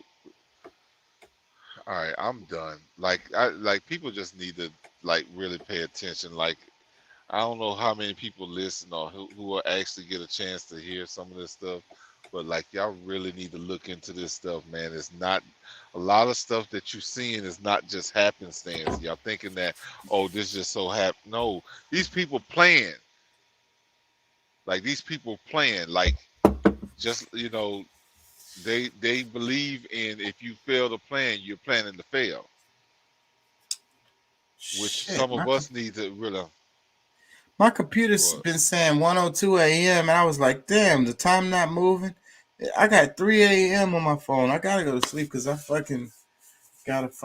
got class in the morning. Do you think, brother? We'll chat tomorrow.